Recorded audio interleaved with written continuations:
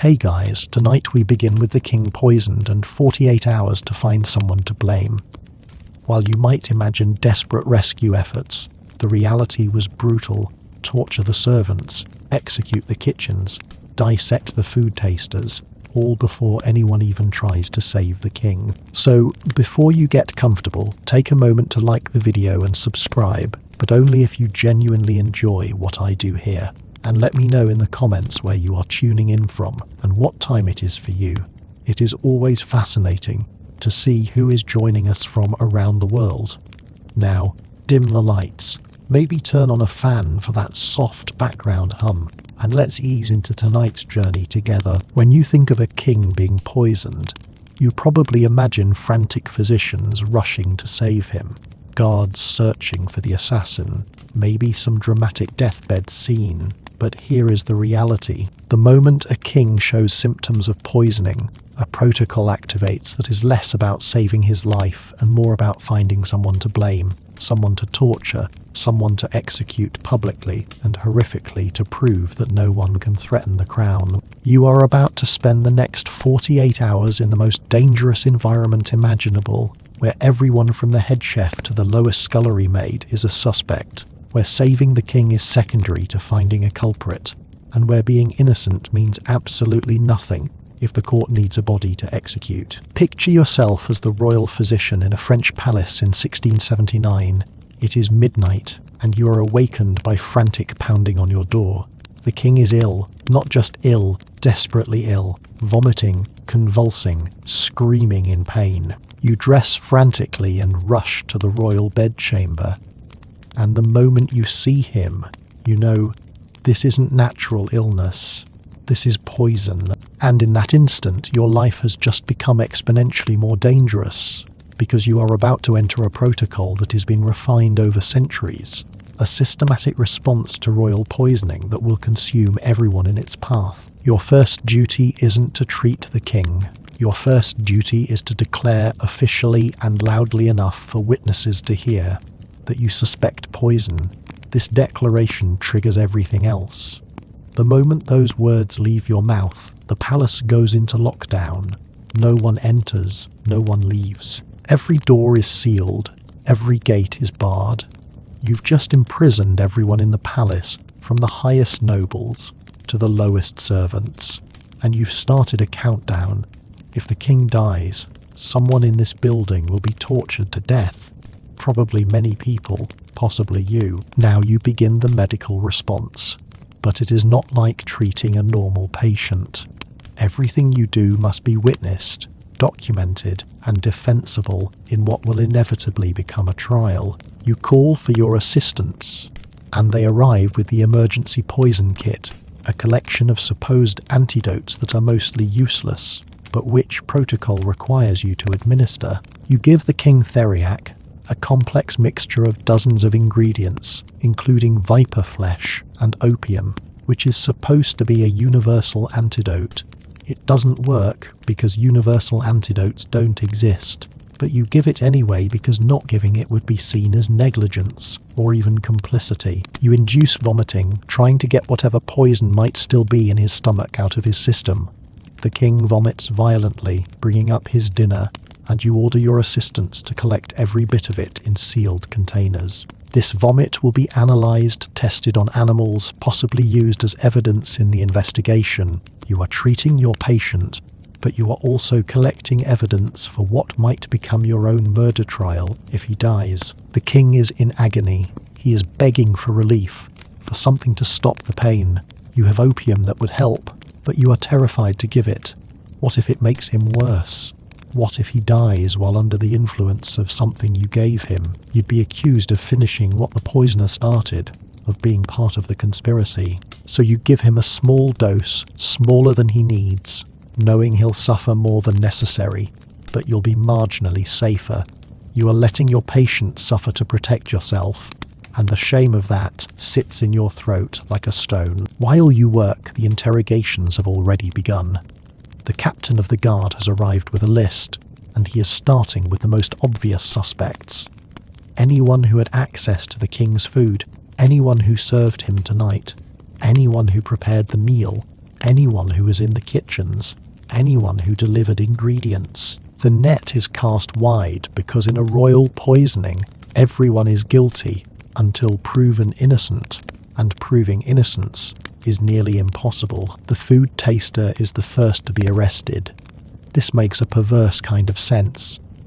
The taster's job was to sample the king's food before it reached him, to die in the king's place if the food was poisoned. But the king is poisoned and the taster is alive, which means either the taster is incredibly lucky or the taster is part of the plot.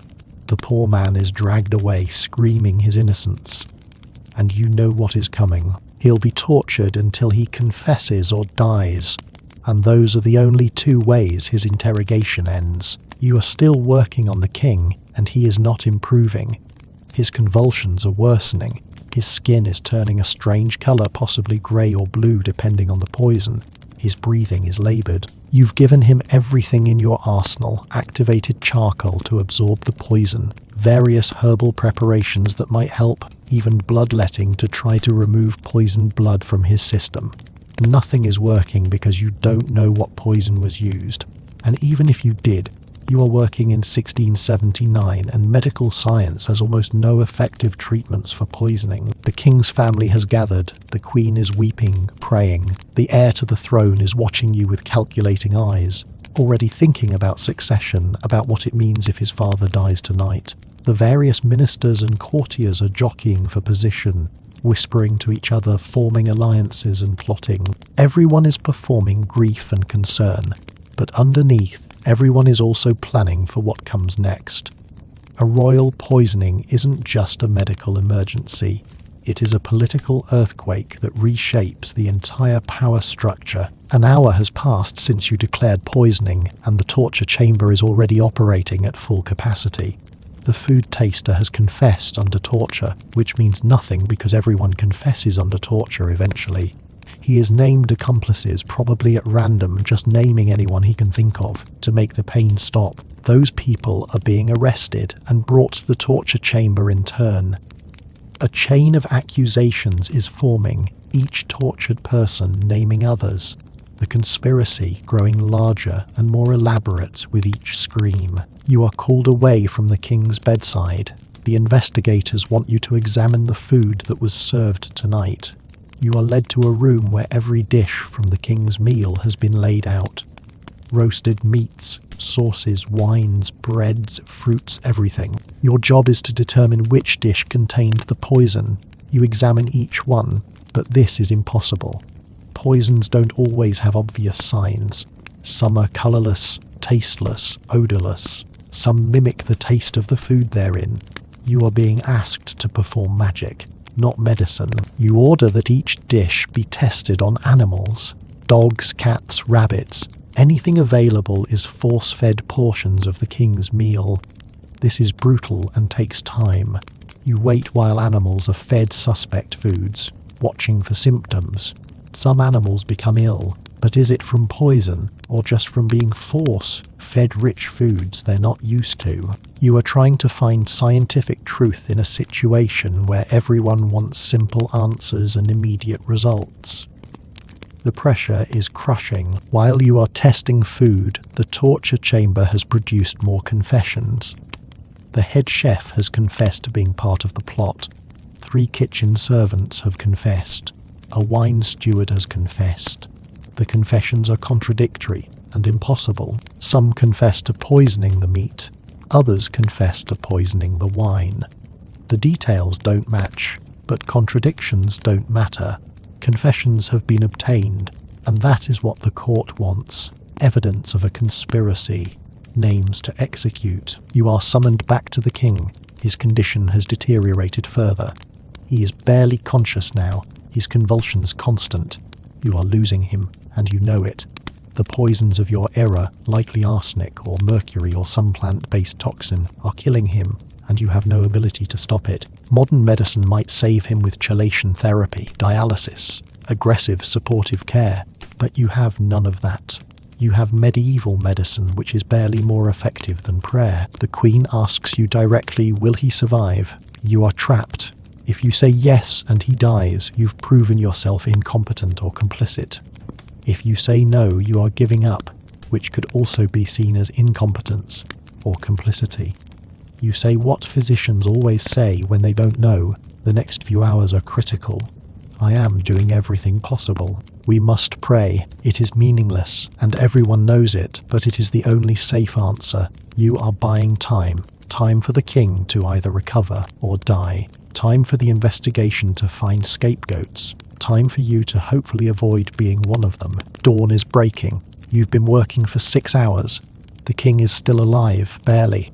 The torture chamber has produced an elaborate conspiracy theory involving foreign powers, traitorous nobles, and dozens of servants. The death toll from the investigation is already climbing. The food taster is dead, tortured until his body gave out. 3 kitchen servants are dead. More are being tortured, and still no one actually knows what poison was used or who administered it. You are exhausted, terrified, and you need to make a decision. The king needs intervention that is beyond your ability to provide. In modern terms, he needs his stomach pumped.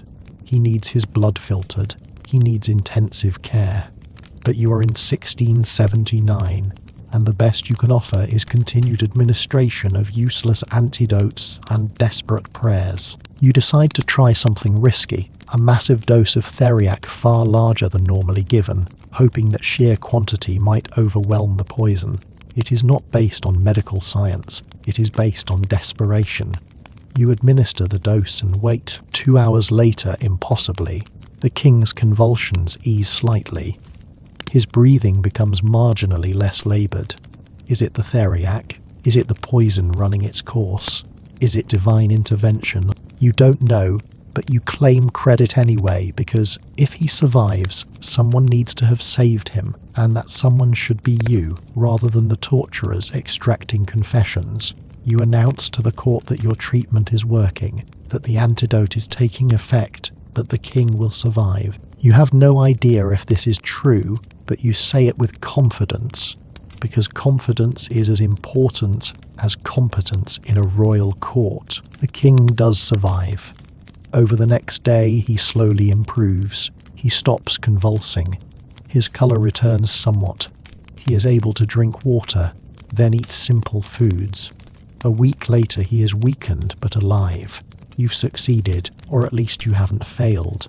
The king lives. But the protocol doesn't stop just because the king survives. The conspiracy that has been uncovered through torture must still be punished.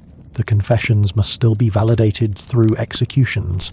The court must still demonstrate that poisoning the king leads to horrible consequences. The executions begin 2 weeks after the poisoning. The condemned are brought to a public square and executed in ways designed to terrify anyone who might consider treason. Drawing and quartering for the main conspirators, burning at the stake for those accused of witchcraft aspects, beheading for those of higher status. The executions last for days, a grotesque parade of state violence, and you are required to attend as a witness to see the results of the protocol you helped activate. You watch men and women die for a crime that might not have been a crime at all. The king was certainly poisoned, but were these people actually guilty? The confessions were extracted under torture, which makes them worthless as evidence. The conspiracy theory is elaborate but contradictory and probably fabricated by desperate people seeking to end their agony. But guilt or innocence is irrelevant now. The protocol demands blood, and blood is what it gets. Dozens of people die, and you stand there watching, knowing that you played a role in this, that your declaration of poisoning set this machine in motion. Let's step back from this specific incident and talk about how the royal poisoning protocol actually worked across different European courts, because while the details varied, the fundamental structure was remarkably consistent. The protocol had several phases, and each phase had its own terrors. Phase 1 was detection and declaration. This was your responsibility as royal physician. You had to recognize that the king was poisoned rather than naturally ill. This was harder than it sounds because poisoning symptoms can mimic many diseases. Vomiting and convulsions could be poison, or they could be food poisoning, stomach flu, plague, any number of natural ailments. If you declared poison when it was natural illness, you triggered a protocol that would kill innocent people for nothing. If you failed to declare poison when it was actually poison, you were complicit in allowing the assassin to escape. There was no safe choice. The symptoms you looked for varied by era and court, but generally included sudden onset of violent illness after eating or drinking, symptoms that were unusual or extreme, multiple symptoms suggesting systemic poisoning rather than localized disease, vomiting, convulsions, paralysis, difficulty breathing, changes in skin color, extreme pain, delirium. You were essentially playing a guessing game with lives at stake, including your own. Once you declared poison, the palace went into lockdown immediately. This was Phase 2, containment. Every exit was sealed. Everyone present became a prisoner until the investigation was complete. This could take days or weeks. Nobles who had been visiting the court suddenly found themselves unable to leave, trapped in a palace that was becoming a pressure cooker of fear and suspicion. Servants who had no connection to the poisoning were imprisoned in their quarters. The entire court became a jail, and you were the warden who locked the doors. Phase 3 was the medical response, which you've already experienced. Treating the king while collecting evidence, administering antidotes that probably didn't work, documenting everything for the investigation. This phase continued as long as the king was in danger, which could be hours or days, depending on the poison and the king's constitution. Simultaneously, Phase 4 began, the investigation. This was run by the captain of the guard or a similar security official, and it was brutal. Everyone who had any connection to the king's food was immediately arrested. This included the food taster, kitchen staff, servers, wine stewards, anyone who had been in the dining area. The investigation proceeded on the assumption that the poisoning was a conspiracy, because lone poisoners were rare and conspiracies justified more extensive torture and more executions. The investigation used torture systematically. This wasn't considered barbaric in your era, it was considered necessary. The assumption was that conspirators would lie, so torture was needed to extract truth. The fact that torture produces false confessions was known but ignored. What mattered was confessions, not truth. The investigators wanted names, details, a narrative that made sense politically. They tortured until they got what they wanted. Phase 5 was the trial, though calling it a trial is generous. The condemned were brought before a court. Their torture-induced confessions were read, and they were sentenced. There was no real defense. Confessions obtained under torture were considered valid evidence. The accused had no right to challenge the process. The outcome was predetermined. The trial was a formality to give legal cover to executions that had been decided the moment the poison was declared. Phase 6 was the executions which you've witnessed. These were public and designed to be maximally terrifying.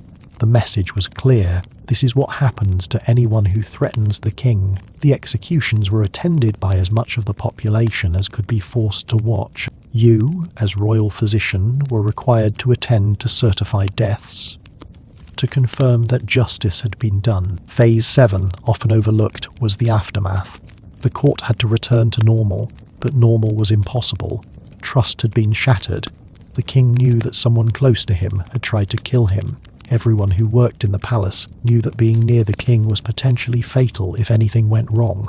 The paranoia that settled over the court after a poisoning could last for years. Security increased. Food preparation became even more elaborate and cautious. The king became isolated, trusting fewer people, seeing threats everywhere. The poisoning changed the court permanently, made it darker and more fearful. Now let's examine some specific historical cases to see how this protocol played out in reality. Because the theoretical protocol we've discussed was applied in various forms across centuries of European royal courts. Each case shows different aspects of the terror this system created. Let's start with the case of King Henry V of England in 1471. Actually, Henry's case is complicated because historians debate whether he was murdered or died naturally, but at the time many suspected he was poisoned while imprisoned in the Tower of London. The important thing is what happened after his death was announced. The protocol activated even though Henry was already dead. Investigators rounded up everyone who had access to him in his final days. Guards, servants, even a priest who had given him last rites were interrogated.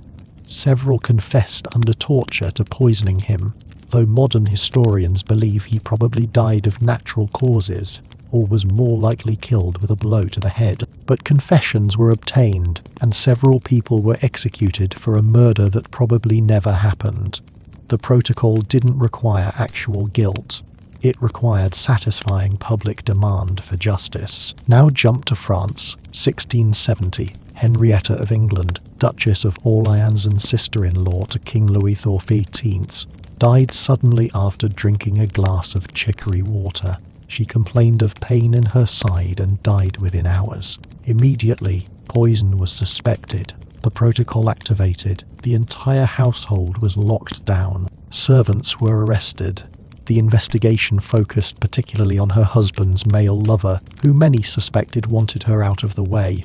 Torture followed, confessions were extracted, but Louis XIV himself intervened to stop the executions. He knew the diplomatic consequences of executing nobles over his sister-in-law's death would be severe, so the protocol was partly completed. Torture was applied, but executions were avoided through royal intervention. The case shows that the protocol could be interrupted by political considerations, but only by someone with power equal to the king. The most famous royal poisoning case, and the one that shows the protocol in its most extreme form, is the affair of the poisons in France, 1677 to 1682. This wasn't a single poisoning, but rather an investigation that grew from initial concerns about poison at court into a massive witch hunt that consumed hundreds of people over 5 years. It started with the death of several nobles under suspicious circumstances. King Louis XIV ordered an investigation, and what emerged was a conspiracy theory involving fortune-tellers, alchemists, priests conducting black masses, and nobles trying to poison their way to power. The investigation was led by a special court, the Chambre Ardente, created specifically to handle the poisoning cases. Over 400 people were investigated. 36 were executed. Many more died in prison or under torture. The investigation uncovered a network of poison suppliers in Paris, women who sold arsenic and other poisons to anyone willing to pay. Some of the accused confessed to poisoning dozens of people. The most famous was Catherine de Chaise, known as La Voisin, who was accused of selling poisons and performing black masses. She was burned at the stake in 1680. The investigation eventually touched members of Louis XIV's own court, including his former mistress, Madame de Montespan, who was accused of trying to poison the king's other mistresses. Louis intervened to protect her and other high-ranking nobles, shutting down the investigation when it became too politically dangerous. But the damage was done.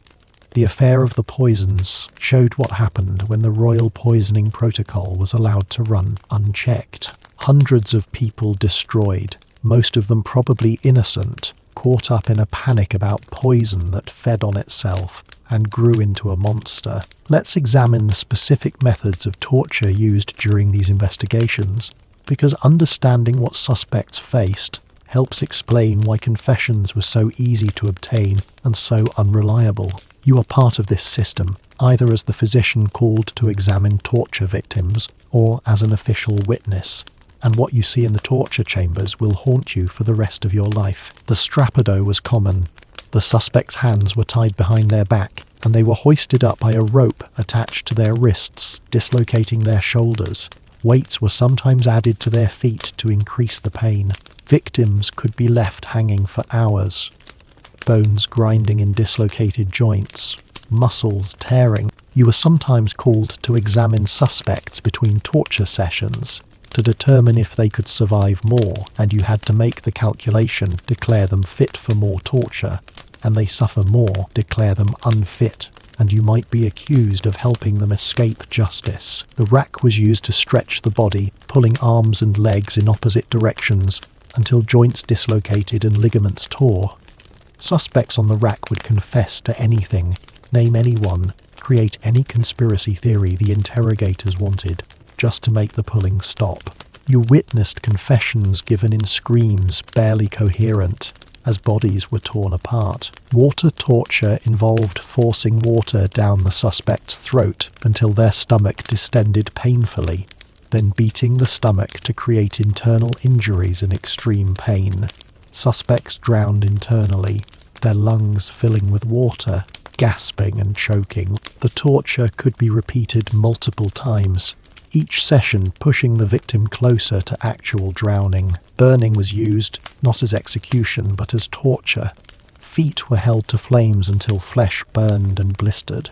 Hot irons were applied to sensitive areas. The smell of burning human flesh filled the torture chambers, and you breathed it in, trying not to vomit, trying to maintain professional detachment. Crushing was employed, particularly for those who refused to speak at all.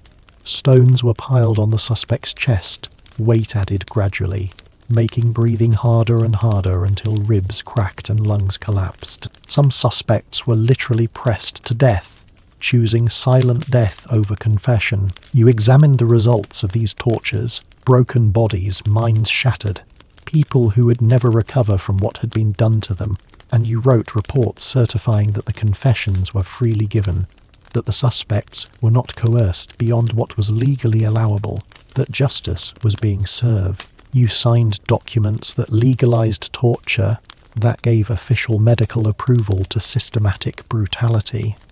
This was part of the protocol, and you had no choice but to participate or become a suspect yourself. Now let's talk about the food tasters, because their role in the protocol was particularly tragic.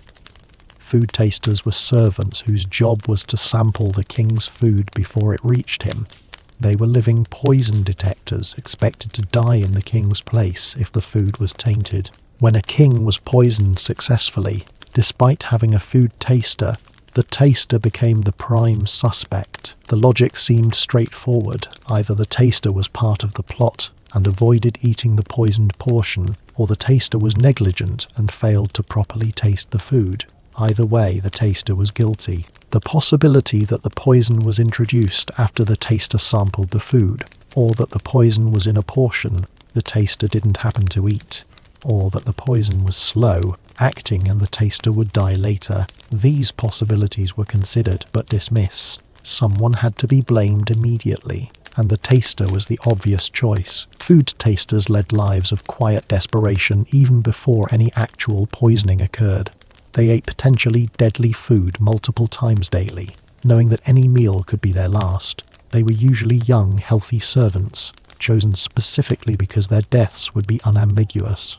An old or sickly taster might die of natural causes and create confusion. A young, healthy taster who dropped dead after sampling food clearly indicated poison. The psychological toll was severe.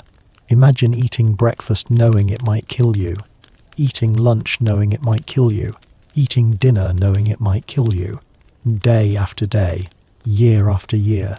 The constant low-level anxiety would be crushing. Many food tasters developed nervous disorders, digestive problems from stress, paranoia about food that made them suspect everything they ate. When a poisoning occurred and the food taster survived, the terror they felt must have been overwhelming. They knew what came next. Arrest, interrogation, torture, likely execution. Their survival, which should have been fortunate, instead became evidence of guilt. They were punished for not dying, which is a special kind of nightmare. Some food tasters did die when the king was poisoned.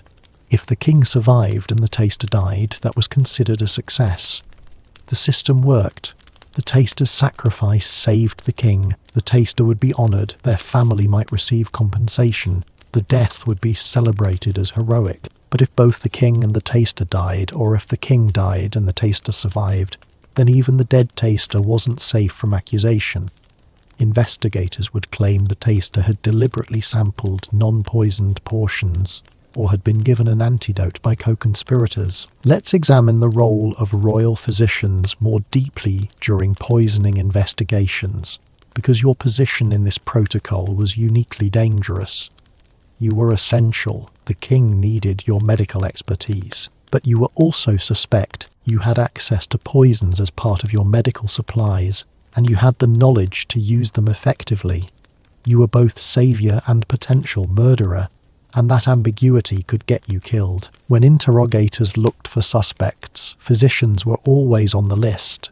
You had opportunity access to the king and his food.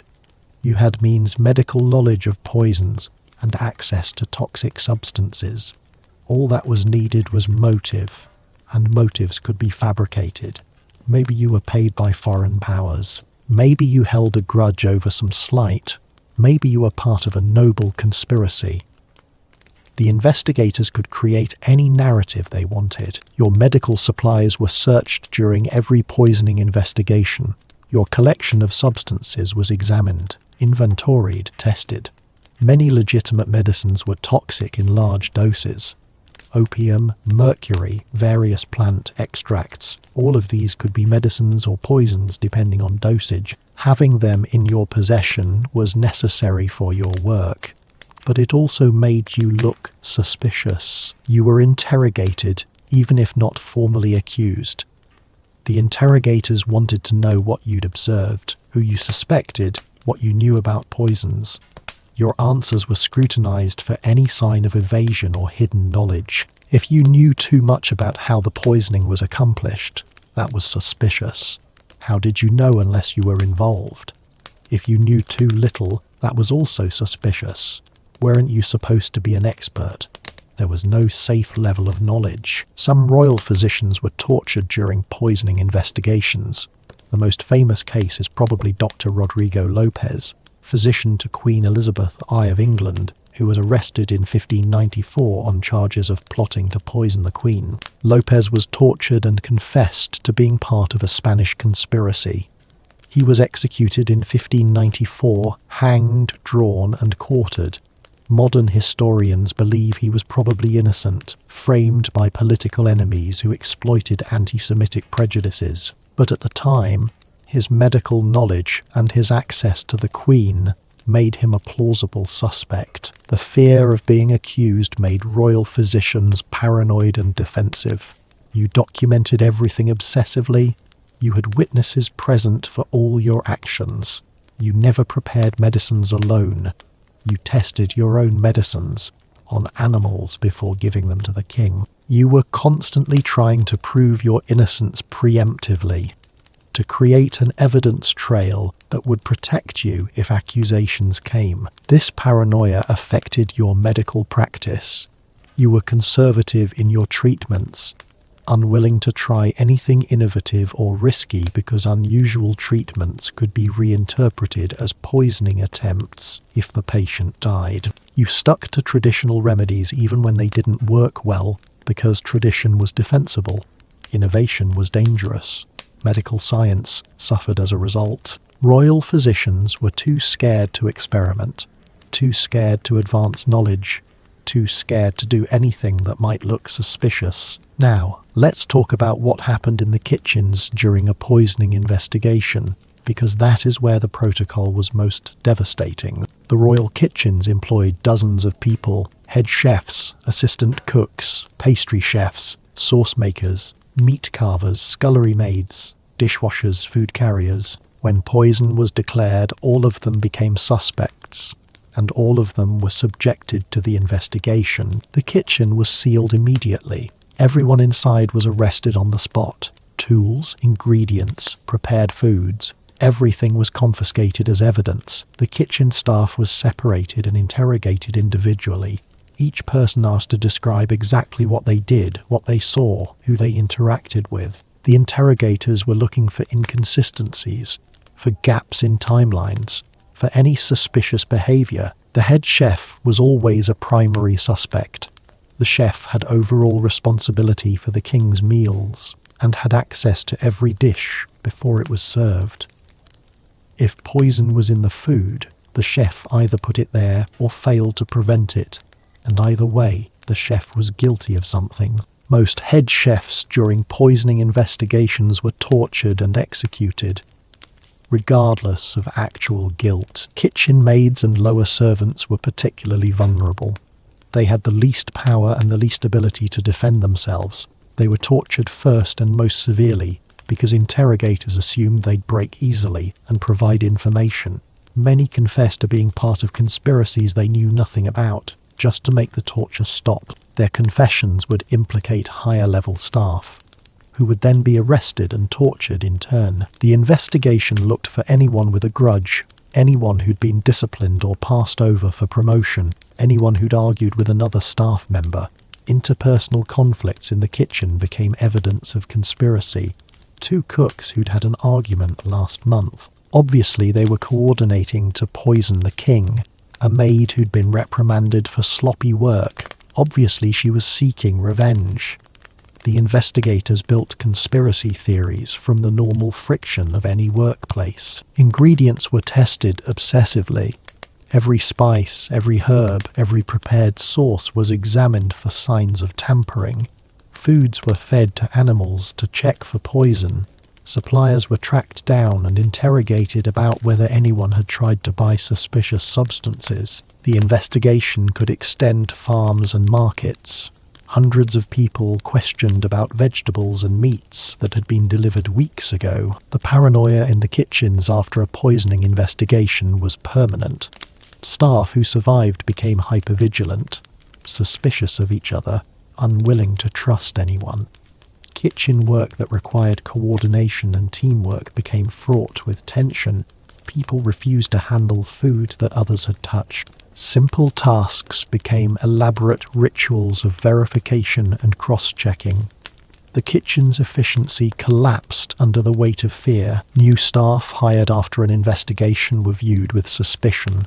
Were they actually new, or were they conspirators who had laid low during the investigation and were now infiltrating the kitchen again? Background checks became extensive. References were verified obsessively. Even then, no one could be trusted completely. The investigation might be over officially, but the fear it created never ended. Let's examine the political aspects of poisoning protocols, because these investigations were always political weapons as much as genuine searches for truth. Accusations of poisoning could be used to eliminate political rivals, to purge disloyal factions, to consolidate power. The protocol's brutality made it an effective tool for anyone willing to weaponize it. A king who wanted to eliminate troublesome nobles could use a poisoning investigation to do it. Even if the king wasn't actually poisoned, if he claimed to feel ill and the royal physician declared possible poisoning, the protocol could be activated. Suddenly, anyone the king wanted removed could be swept up in the investigation. Confessions could be extracted. Executions could be carried out, all under the legal cover of protecting the king from assassination. This happened more often than you might think. Some poisoning investigations were genuine responses to actual poisoning attempts. Others were political theatre, manufactured crises used to justify purges. As royal physician, you were sometimes pressured to declare poisoning when you suspected natural illness, because powerful people wanted the investigation to happen. Refusing such pressure was dangerous, but complying made you complicit in using medicine as a political weapon. The affair of the poisons in France shows this dynamic clearly. What started as genuine concern about poison at court became a tool for Louis XIV to control his nobility. The investigation gave him leverage over nobles who were implicated. He could threaten them with prosecution or offer protection in exchange for loyalty. The investigation's scope and duration were determined more by political usefulness than by genuine concern about poison. Foreign powers also used poisoning accusations as diplomatic weapons. If a foreign king or noble died suddenly, accusations might be made that the death was assassination by rival nations.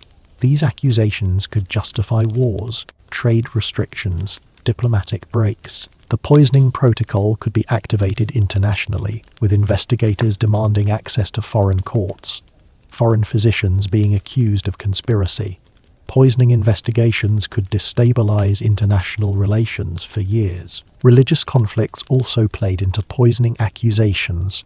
During the Reformation and Counter-Reformation, Catholics accused Protestants of poisoning Catholic rulers, and Protestants accused Catholics of poisoning Protestant rulers. These accusations fed religious hatred and justified persecutions. The poisoning protocol became entangled with religious violence, with investigators using torture to extract confessions, not just of poisoning but of heresy, witchcraft, devil worship. Let's talk about the specific challenges of identifying actual poisons, because this was genuinely difficult, and your failures could have catastrophic consequences.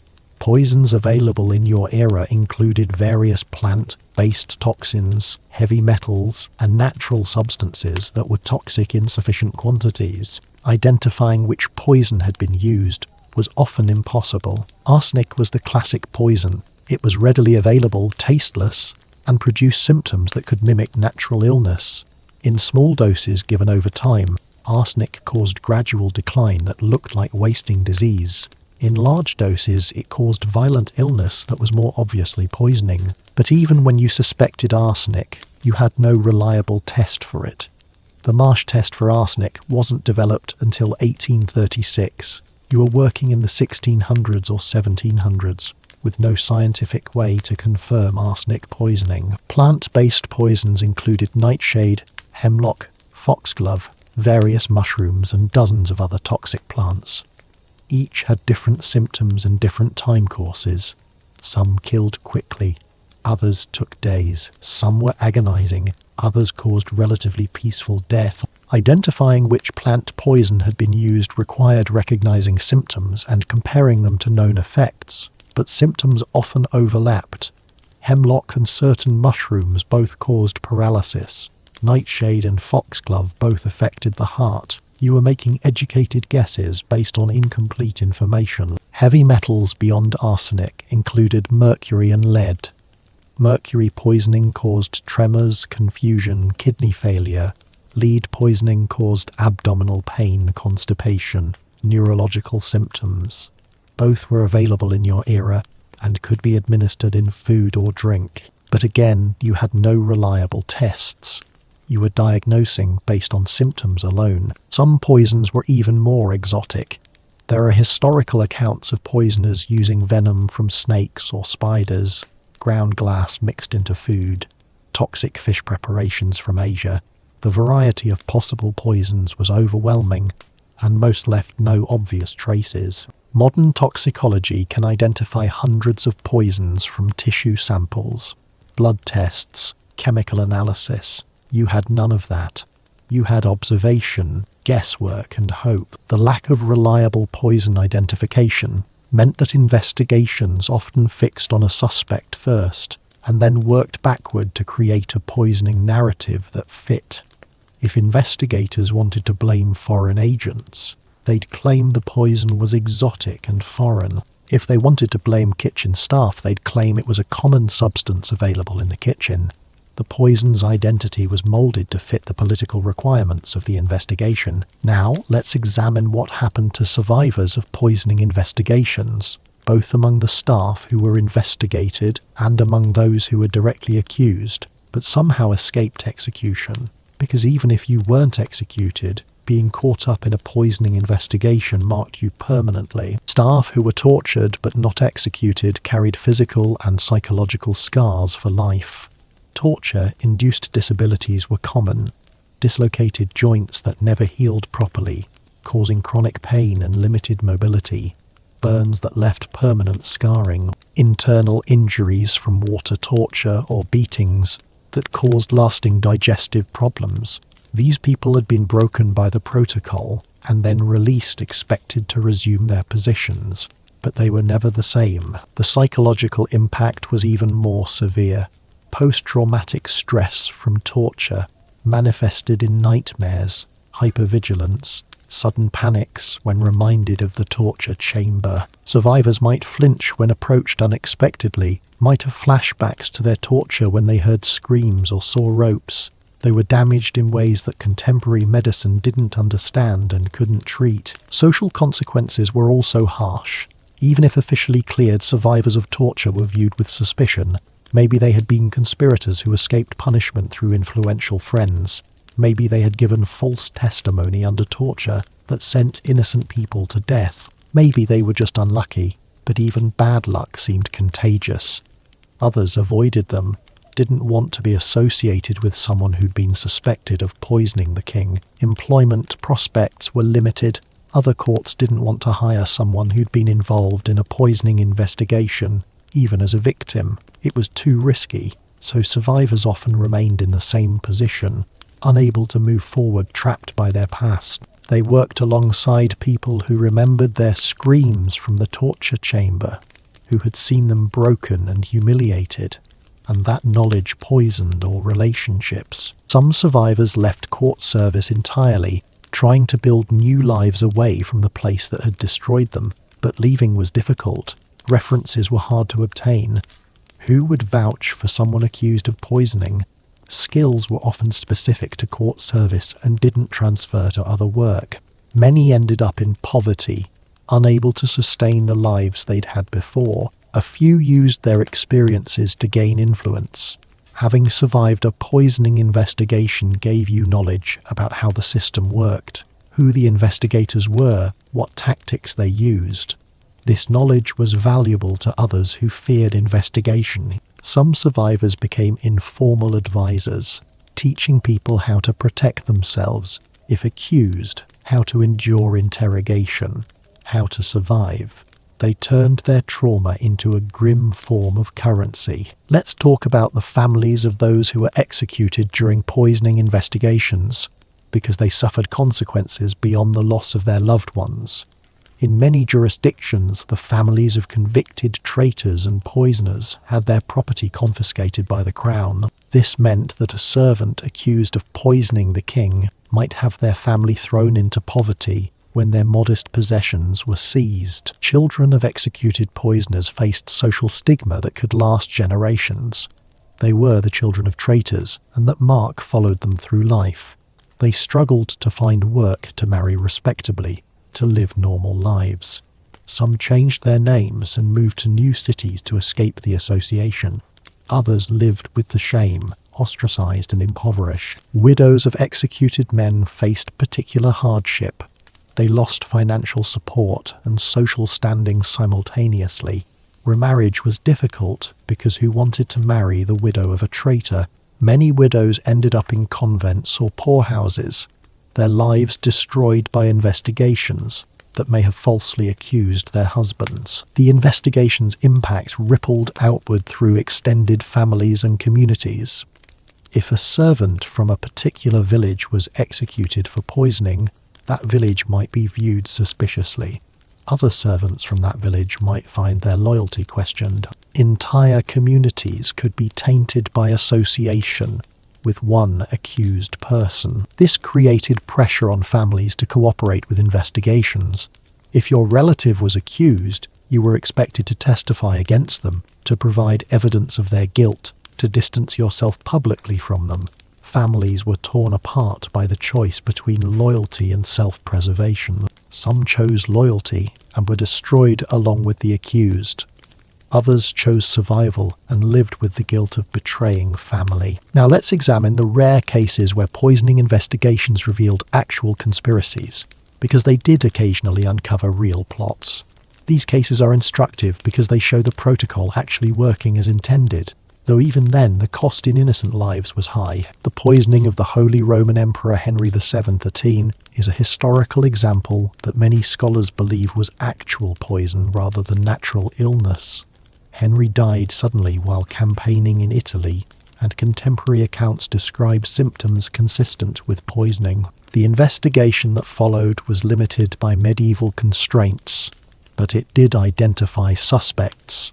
Dominican friars who had served him communion wine shortly before his illness. Whether these friars were actually guilty or just convenient scapegoats is debated by historians, but the investigation concluded they were guilty and they were executed. The case of Sir Thomas Overbury in England, 1613, is better documented.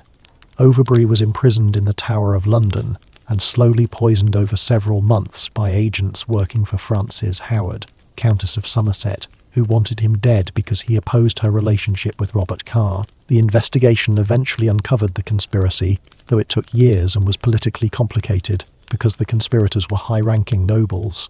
Several of the hired poisoners were executed, while the actual masterminds, being nobility, received lighter punishment or pardons. These cases where real conspiracies were uncovered show that poisoning plots did exist, and sometimes the protocol successfully identified the guilty. But even in these cases, the investigation caught low-level participants, servants who administered the poison, suppliers who provided it, while the powerful figures who planned the poisoning often escaped or received minimal punishment. The protocol was effective at finding scapegoats, but less effective at delivering justice against powerful conspirators. The problem was that the protocol couldn't distinguish between real conspiracies and manufactured ones.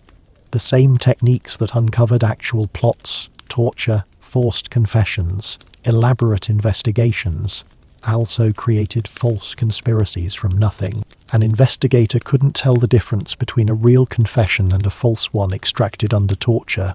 The system produced confessions either way, and confessions became evidence of guilt regardless of their reliability. Let's talk about the medical ethical dilemmas you faced during these investigations, because they were profound and had no good solutions. As a physician, you were supposed to heal and to do no harm, but the poisoning protocol required you to participate in torture, to enable executions, to use your medical knowledge to hurt rather than heal. You were called to examine suspects between torture sessions to determine if they could survive more torture. This put you in an impossible position. If you declared them fit for more torture, you were sending them back to agony and possibly death. If you declared them unfit, you might be accused of helping conspirators escape justice. Either choice involved using your medical expertise to facilitate torture. You were also required to certify deaths during torture, to officially record that suspects had died from interrogation rather than from other causes. These death certificates were legal documents that absolved the investigators of wrongdoing, that made torture-induced deaths appear legitimate. You were complicit in covering up what were essentially murders under the guise of investigation. Your knowledge of poisons was used to plan tortures. Investigators asked you about pain thresholds, about how long a body could endure various tortures, about which techniques were most likely to produce confessions. You were consulting on how to torture most effectively, and refusing these consultations could make you suspect. You also participated in testing suspected poisons on animals, and sometimes on condemned prisoners. This experimentation was brutal and unethical by modern standards, but it was accepted practice in your era. You were using your medical knowledge to kill in the name of investigation, and the ethical implications haunted you. Some physicians tried to mitigate the harm. They would slightly underestimate suspects' fitness for torture, trying to shorten torture sessions. They would advocate for less severe torture methods when asked for advice. They would give pain relief to torture victims when possible. These were small resistances, barely meaningful in the face of the protocol's brutality, but they were attempts to preserve some ethical core. Other physicians became complicit more thoroughly, using the investigations to advance their careers. A physician who was effective at supporting investigations, who provided useful advice on torture, who certified confessions convincingly, could gain favor with the king and the court. Some physicians became torture specialists, valued for their expertise in keeping suspects alive through extended interrogations. These physicians had abandoned medical ethics entirely in favor of power and status. You had to decide which kind of physician you would be. Would you resist the protocol's demands as much as possible, at risk to yourself? Or would you embrace your role in the system, profiting from its brutality? There was no neutral position. The protocol forced everyone to choose, and every choice carried a cost. Now, let's examine what happened after the executions were complete and the investigation was officially closed. The court had to return to normal operations, But normal was impossible after the trauma of a poisoning investigation. The psychological impact on the entire court was profound and lasting. The king himself was changed. Having been poisoned or having believed he was poisoned created a paranoia that never fully left. Every meal became suspect. Every servant became a potential assassin. The king withdrew from some of the informal interactions that had previously characterized court life. Food preparation became even more elaborate and cautious, with multiple tasters and extensive testing. The king's isolation increased, surrounded by guards and protocol that kept potential threats at a distance. The court's social fabric was torn. Relationships between nobles and servants were poisoned by suspicion.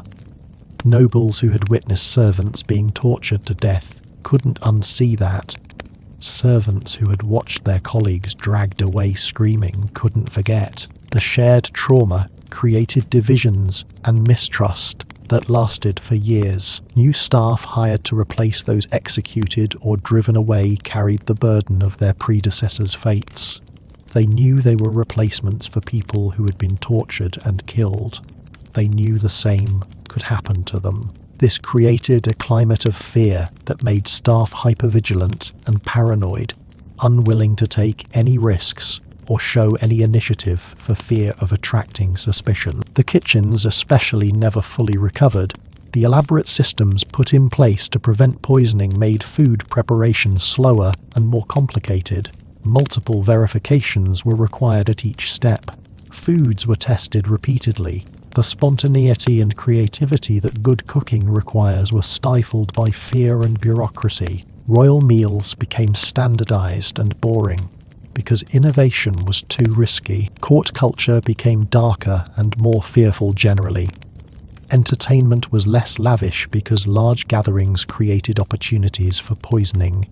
Social interactions were more formal and guarded because informal friendships could be reinterpreted as conspiracy. The joy and vitality that courts sometimes possessed were drained away, replaced by a grim focus on security and survival. The king's relationships with his family changed too.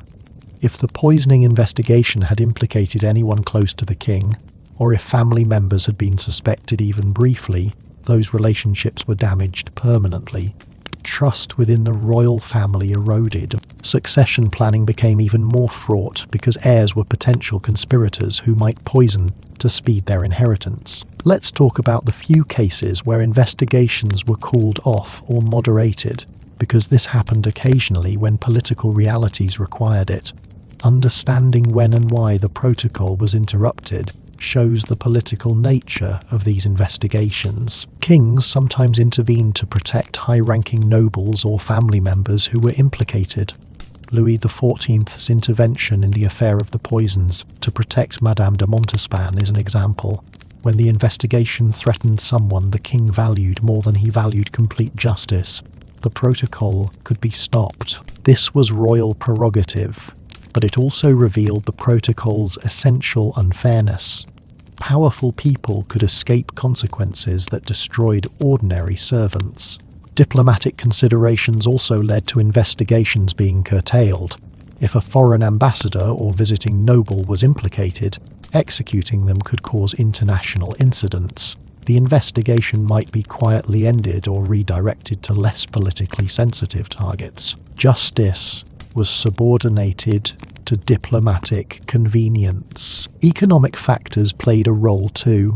If an investigation threatened to destroy an entire kitchen staff or administrative department, the practical costs of replacement could force moderation. The court needed to function, and if the investigation made that impossible, pragmatism might override the desire for complete punishment. Public opinion occasionally forced investigation changes.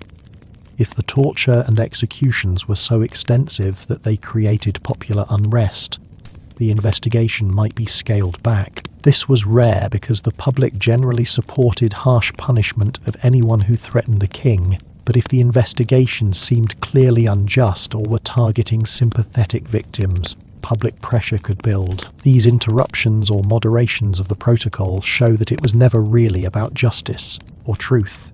It was about power, politics, and social control. The protocol could be fully applied when politically useful and set aside when politically inconvenient. The people caught in it were victims of circumstances beyond their control, punished or spared based on political calculations rather than actual guilt or innocence. Now let's examine the long-term impacts on medical practice and court culture. The poisoning protocol shaped how medicine was practiced at royal courts and how court culture evolved over centuries. The effects were mostly negative, creating systems that prioritized security over effectiveness and fear over progress. Medical practice became more conservative.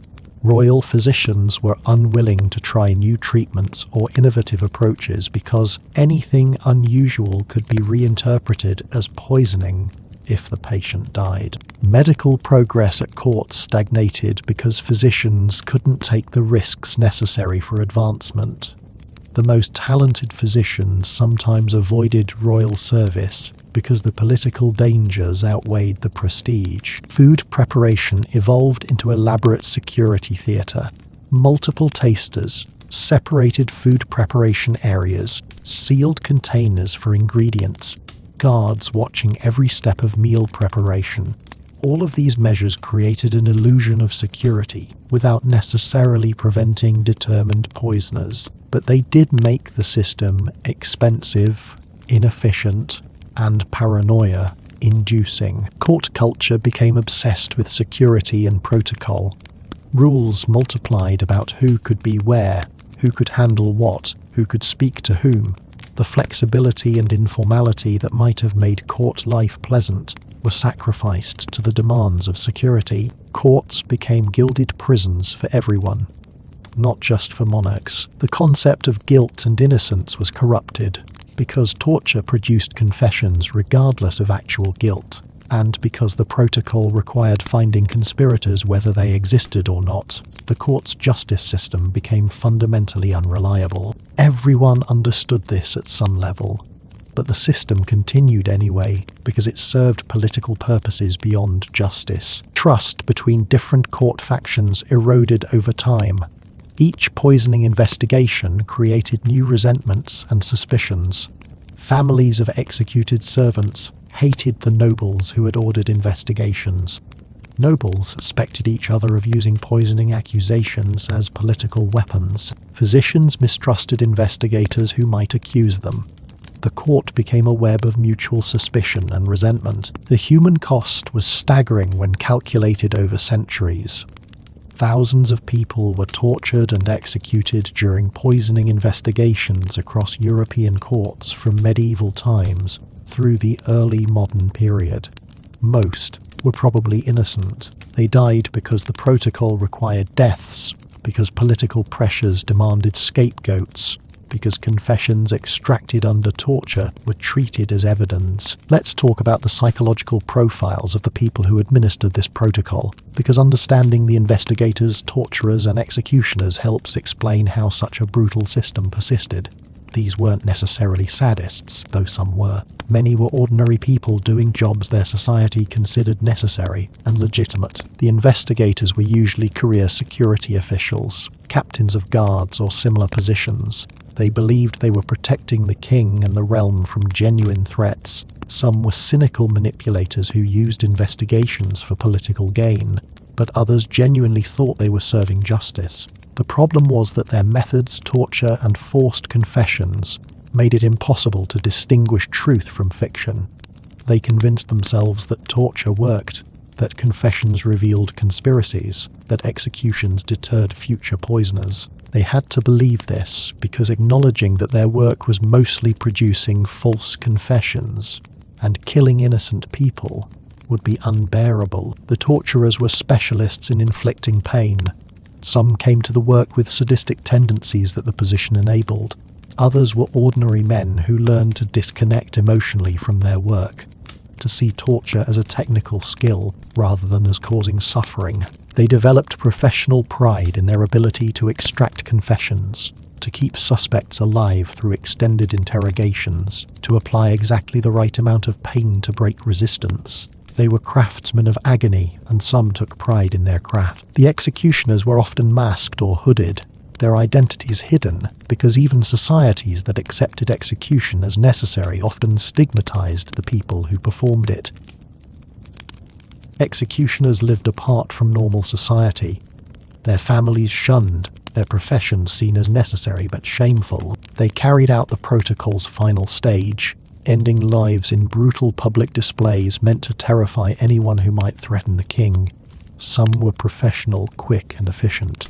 Others were deliberately slow and cruel, prolonging the spectacle. All were damaged by their work, carrying the weight of hundreds of deaths. You, as royal physician, interacted with all these people.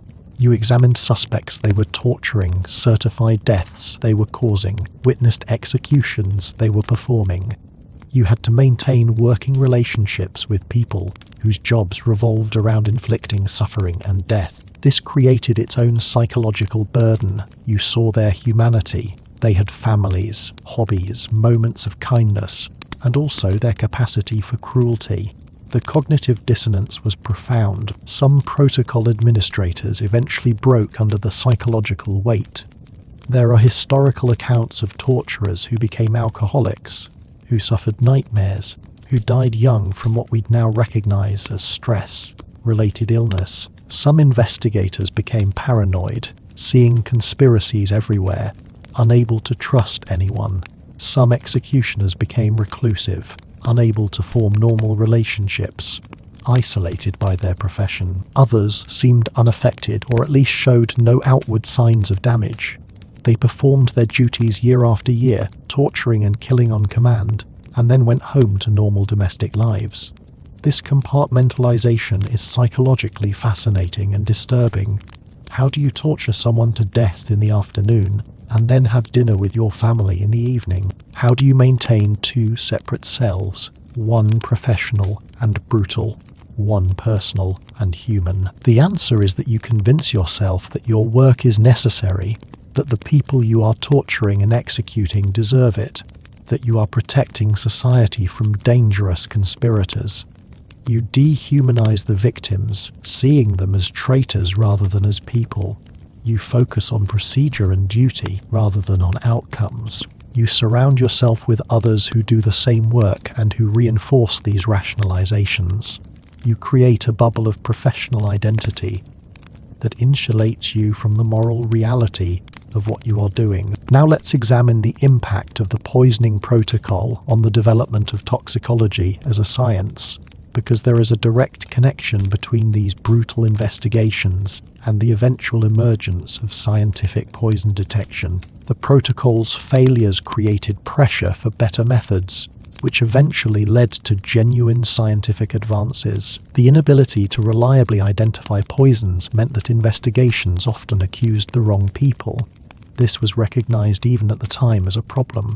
Investigators wanted to know for certain what poison had been used and who had administered it. The political utility of investigations didn't require accuracy, but there was genuine interest in developing better detection methods. Early attempts at poison detection were primitive and often useless.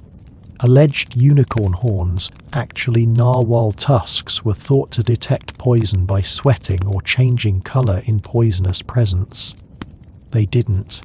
Various gemstones were believed to protect against poison. They didn't. Bezoar stones, found in the stomachs of certain animals, were thought to neutralize all poisons. They didn't. These superstitious methods persisted because people wanted to believe there were simple solutions to the poisoning problem. Some legitimate progress was made through observation. Physicians documented symptoms associated with different poisons, creating increasingly accurate descriptions of how various toxic substances affected the body. These descriptions helped with diagnosis, though they still didn't definitively prove poisoning versus natural illness. The development of chemical tests for specific poisons was a breakthrough. The Marsh test for arsenic, developed in 1836, could definitively prove arsenic presence in tissue or food samples. This revolutionized poisoning investigations because now there was scientific evidence, not just tortured confessions. Later, tests for other poisons were developed, creating a scientific foundation for toxicology. These scientific advances came too late to help the thousands who died in protocol-driven investigations before the 19th century, but they did eventually make the protocol obsolete in its most brutal forms. When you could test for poison scientifically, you didn't need to torture confessions from suspects. Justice systems slowly, very slowly, began to require actual evidence rather than accepting confessions as sufficient proof. The development of toxicology as a scientific discipline was partly driven by the failures and horrors of the poisoning protocol. Scientists and physicians recognized that better methods were needed, that torture-induced confessions were unreliable, that actual evidence was required for justice. The protocol's brutality created pressure for reform, for scientific approaches to criminal investigation, for systems that didn't rely on forced confessions. This is one positive legacy of an otherwise dark history. The recognition that the old methods were unjust helped drive the development of forensic science, of evidence-based investigation, of legal systems that required proof beyond confession. The poisoning protocol eventually created the conditions for its own obsolescence, though the transition took centuries and countless more victims. Let's talk about what we can learn from this history, because the poisoning protocol's dynamics still appear in modern contexts, though usually in less overtly brutal forms. Understanding the protocol helps us recognize when similar patterns emerge today and resist them. The protocol was fundamentally about security theater and scapegoating. When a crisis occurred, the king was poisoned. There was overwhelming pressure to do something, to be seen responding decisively. The actual effectiveness of the response mattered less than the appearance of strong action. Torture and execution served this need even when they didn't actually identify guilty parties or prevent future poisonings. Modern security responses to crises often follow similar patterns, dramatic visible actions that provide psychological comfort, but don't necessarily address underlying problems effectively. The protocol relied on forced confessions as primary evidence, ignoring the reality that torture produces unreliable confessions.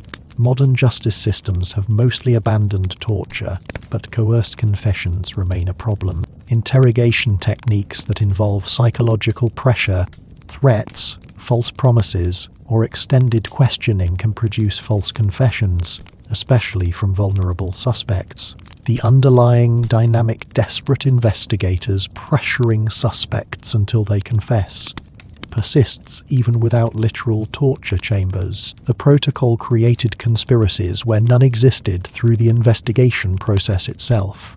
One tortured person named others, who when tortured named still others, and the conspiracy grew through this forced elaboration rather than from actual plotting. Modern conspiracy theories sometimes form through similar processes.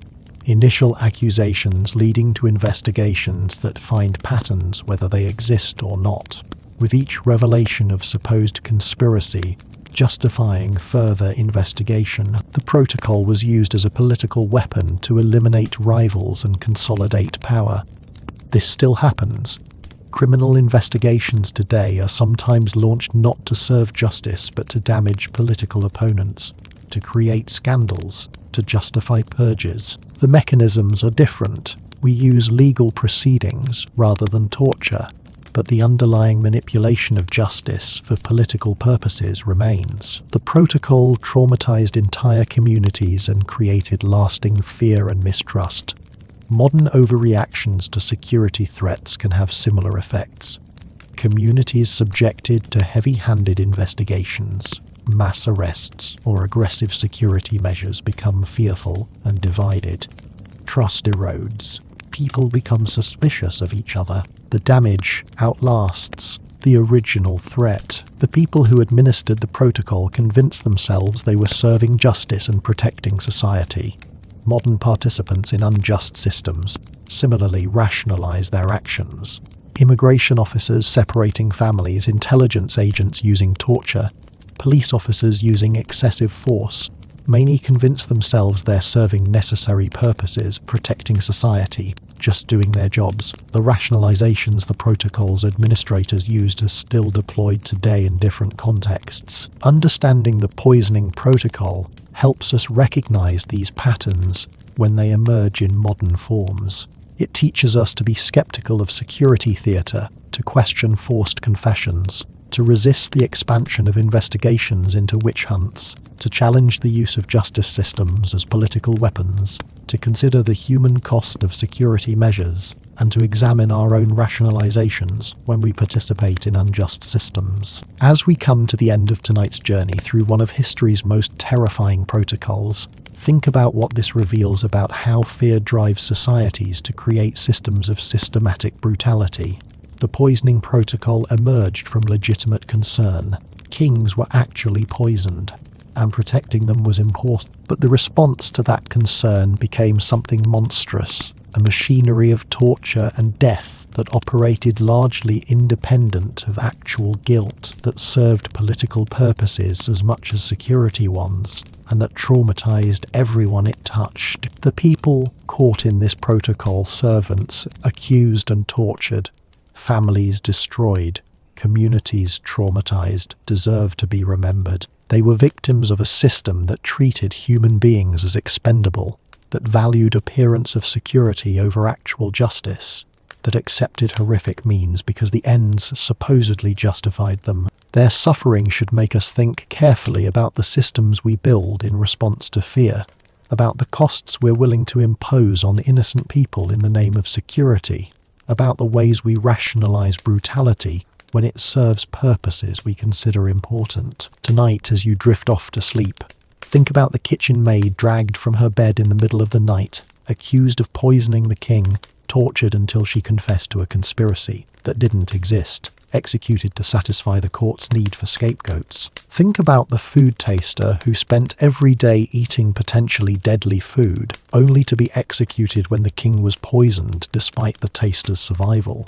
Think about the physician forced to choose between participating in torture and becoming a suspect himself. Think about all the people crushed by this protocol over centuries, most of them innocent, all of them human beings who deserved better. And then think about the systems we've built to replace the poisoning protocol, the improvements we've made. Scientific investigation rather than torture, evidence requirements rather than confession, based justice, human rights protections rather than arbitrary exercise of power. These improvements came from recognizing the old method's failures and horrors, from refusing to accept that brutality was necessary for security. We owe the people who suffered under the protocol our commitment to maintaining those improvements and continuing to refine them, but also recognize that we haven't fully escaped the dynamics that drove the protocol. Fear still pushes societies toward overreaction. Political pressure still tempts justice systems to prioritize scapegoating over truth. Security concerns still lead to acceptance of human rights violations. The protocol is history, but the forces that created it remain active. We must remain vigilant against their resurgence in new forms. If you are someone with power over others in law enforcement, security management, any position of authority, think about how you exercise that power. Are you serving justice or just serving institutional needs? Are you finding truth or just finding someone to blame? Are you protecting people or creating new victims? The protocol's administrators mostly thought they were doing necessary work. Their moral failures came from not questioning that assumption, from not examining the human cost of their methods. Don't make the same mistake. If you are someone subject to authority, and we all are in various contexts, think about what you'd do if caught in a system like the protocol. Would you have the courage to refuse unjust orders? Would you resist participation in brutality, even if refusal was dangerous? Would you maintain your humanity and moral standards, even under pressure? These aren't just historical questions. They're relevant to modern life in any system that pressures people to participate in things they know are wrong. Reach out to people who might be caught in unjust systems. Support whistleblowers who expose brutality. challenge security theatre that provides appearance of protection without actual safety. Demand evidence in criminal proceedings rather than accepting confessions at face value. Resist the use of fear to justify erosion of rights and protections. These are ways of preventing the poisoning protocol's dynamics from re-emerging in modern forms. And remember that the people who created and administered the protocol weren't monsters. They were ordinary people shaped by their society's values, convinced that what they were doing was necessary, unable or unwilling to recognize the horror they were creating. We're all capable of similar moral failures if we're not careful, if we don't maintain critical awareness of the systems we participate in and the rationalizations we use to justify participation. The protocol is a warning about what happens when fear, power, and moral complacency combine. But before we close tonight's journey, let's examine some specific individuals who lived through this protocol, because putting names and faces to the victims makes the horror more real and more urgent. These aren't just historical statistics. They were people with lives, families, dreams, all destroyed by a system that treated them as expendable. Let's start with Jean-Baptiste de Lorraine, not a victim, but rather the chief of police in Paris during the affair of the poisons, 1677 to 1682. Lorraine was the investigator, the man who ran the chambre ardente that destroyed hundreds of lives. His personal papers, discovered centuries later, reveal a man who genuinely believed he was uncovering massive conspiracies, threatening the French court. He saw patterns in confessions extracted through torture, connections between accused poisoners and nobles, evidence of a widespread network of assassins and witches. What Lorraine couldn't see or refused to see was that he was creating the very conspiracy he thought he was uncovering. Each person tortured named others to stop the pain. Those others, when tortured, named still more. The conspiracy grew organically from the investigation itself, a self-fulfilling prophecy built on broken bodies and desperate lies. Lorraine died convinced he had saved France from a massive plot. Modern historians believe he created a panic and killed hundreds of innocent people. He is a perfect example of how good intentions and genuine belief in duty can produce monstrous results when combined with brutal methods and absence of critical thinking. Now consider Catherine Deschays, known as La Voisin, one of Lorraine's most prominent victims. La Voisin was a fortune teller and seller of various substances in Paris. She catered to wealthy clients, including some nobles. When arrested during the affair of the poisons, she was tortured and confessed to performing black masses, selling poisons to dozens of nobles, participating in murder plots against the king himself. Based on these confessions, she was burned at the stake in 1680. Was La Voisin actually guilty? Probably of some things, selling substances that might have been poisons, performing rituals that combined fortune-telling with quasi-magical ceremonies. Was she guilty of everything she confessed to? Almost certainly not. The confessions extracted under torture were elaborate, contradictory, and designed to implicate as many wealthy clients as possible, because that is what the investigators wanted. La Voisin died screaming in the flames, and whether she was a dangerous criminal or largely a scapegoat is still debated by historians. What is certain is that her trial and execution were theatre as much as justice, designed to demonstrate the king's power and the court's vigilance against poison. Think about La Voisin's children. She had a daughter who was also arrested and interrogated during the investigation. Imagine being a young woman watching your mother burned alive, knowing you might face the same fate, being interrogated about conspiracies you know nothing about. La Voisin's family was destroyed by the protocol, their property seized, their name forever associated with witchcraft and poison.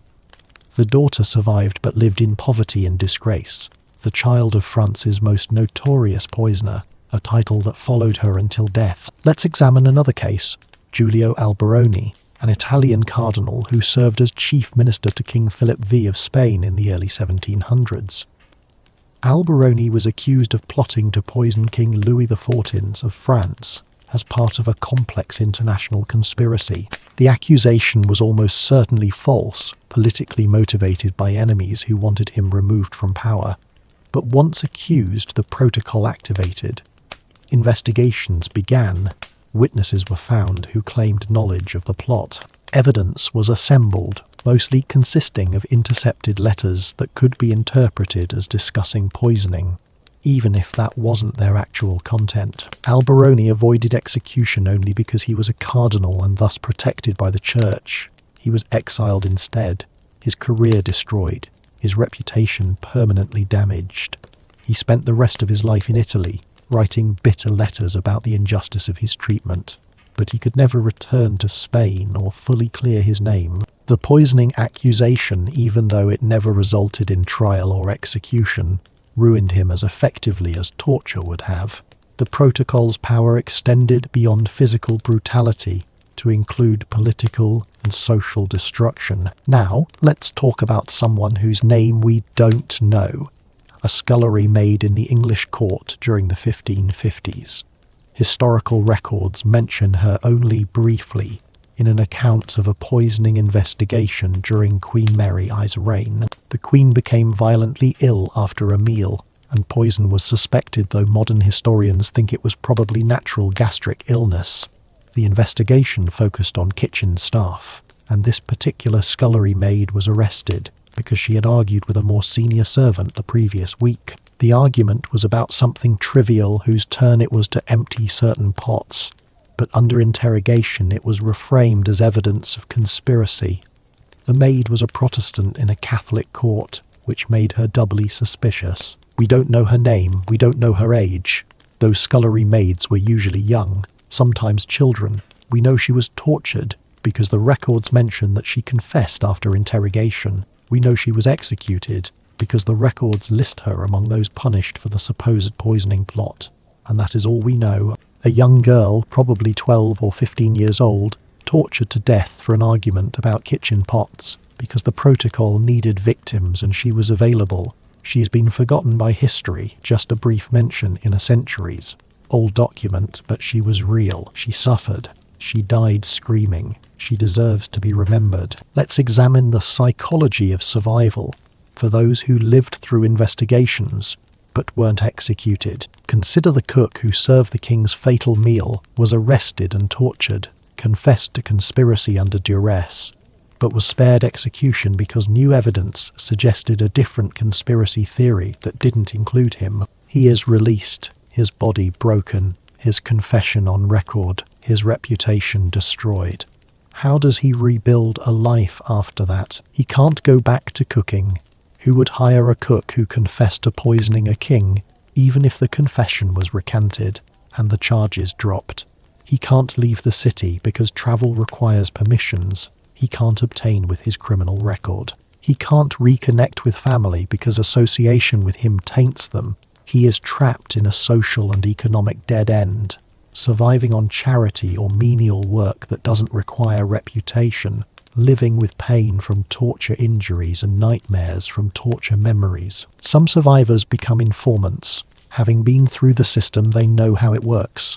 They trade information to investigators, real or fabricated, in exchange for protection and meager income.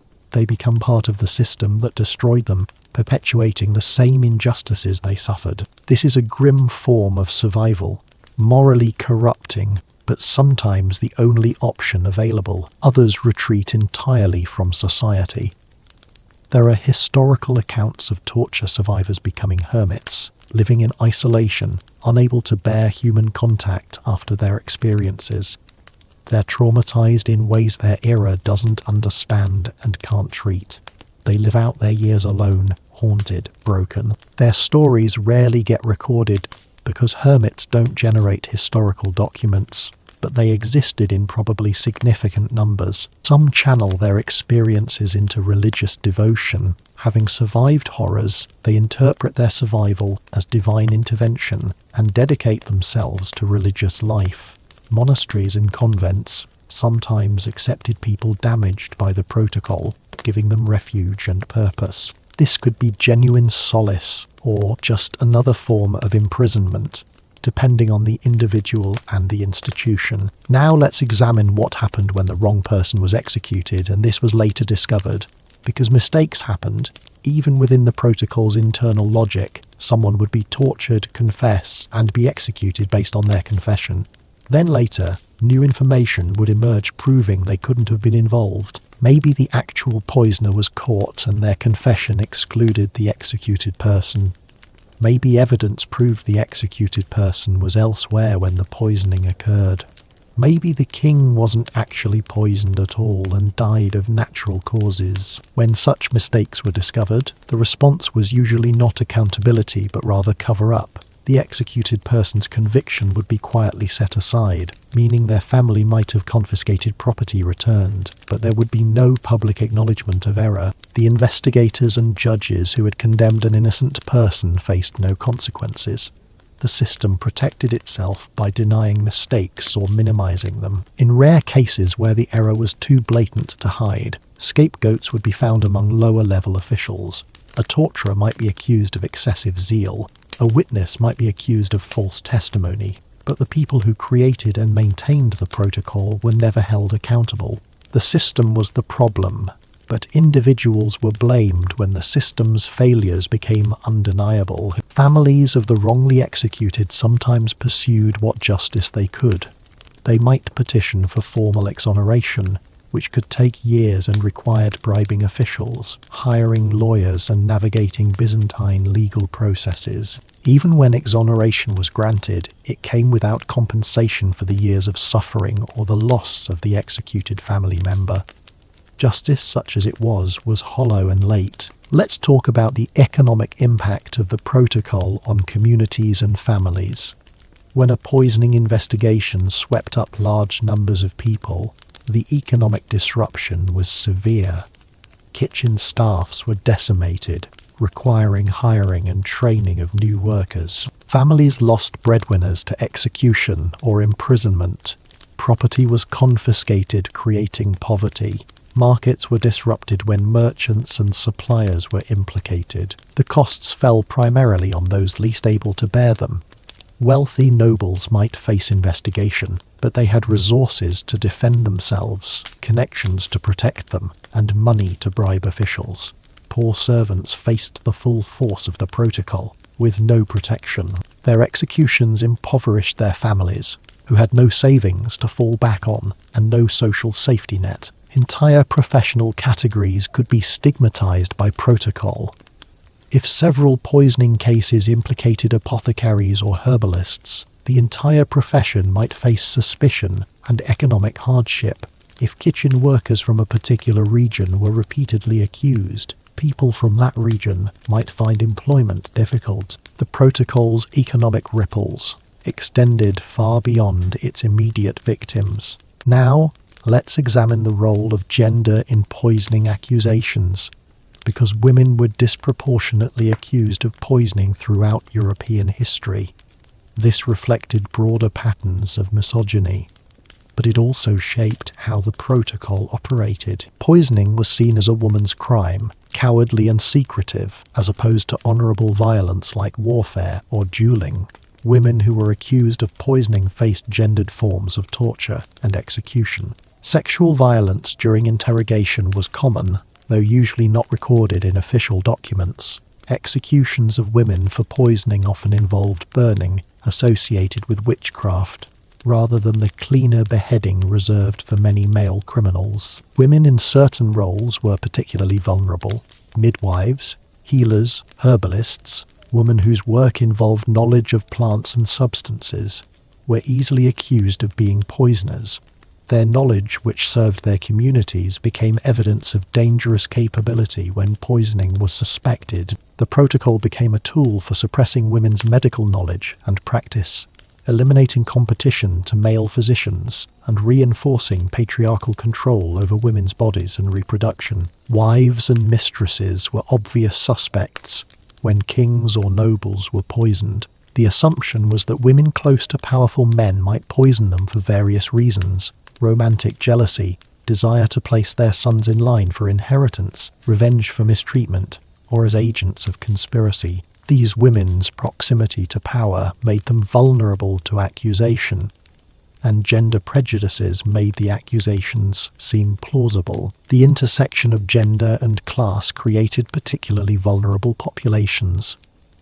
Lower-class women working in kitchens were the most likely to be accused, tortured, and executed during poisoning investigations. They had the access that made accusation plausible, the lack of power that made them easy targets, and the gender that made poisoning seem like their natural method. The protocol consumed these women in vastly disproportionate numbers. Let's talk about what happened during plague years when poison fears intersected with disease fears. Plague outbreaks were sometimes blamed on poisoners, with conspiracy theories suggesting that wells were being poisoned to spread disease. These theories were nonsensical.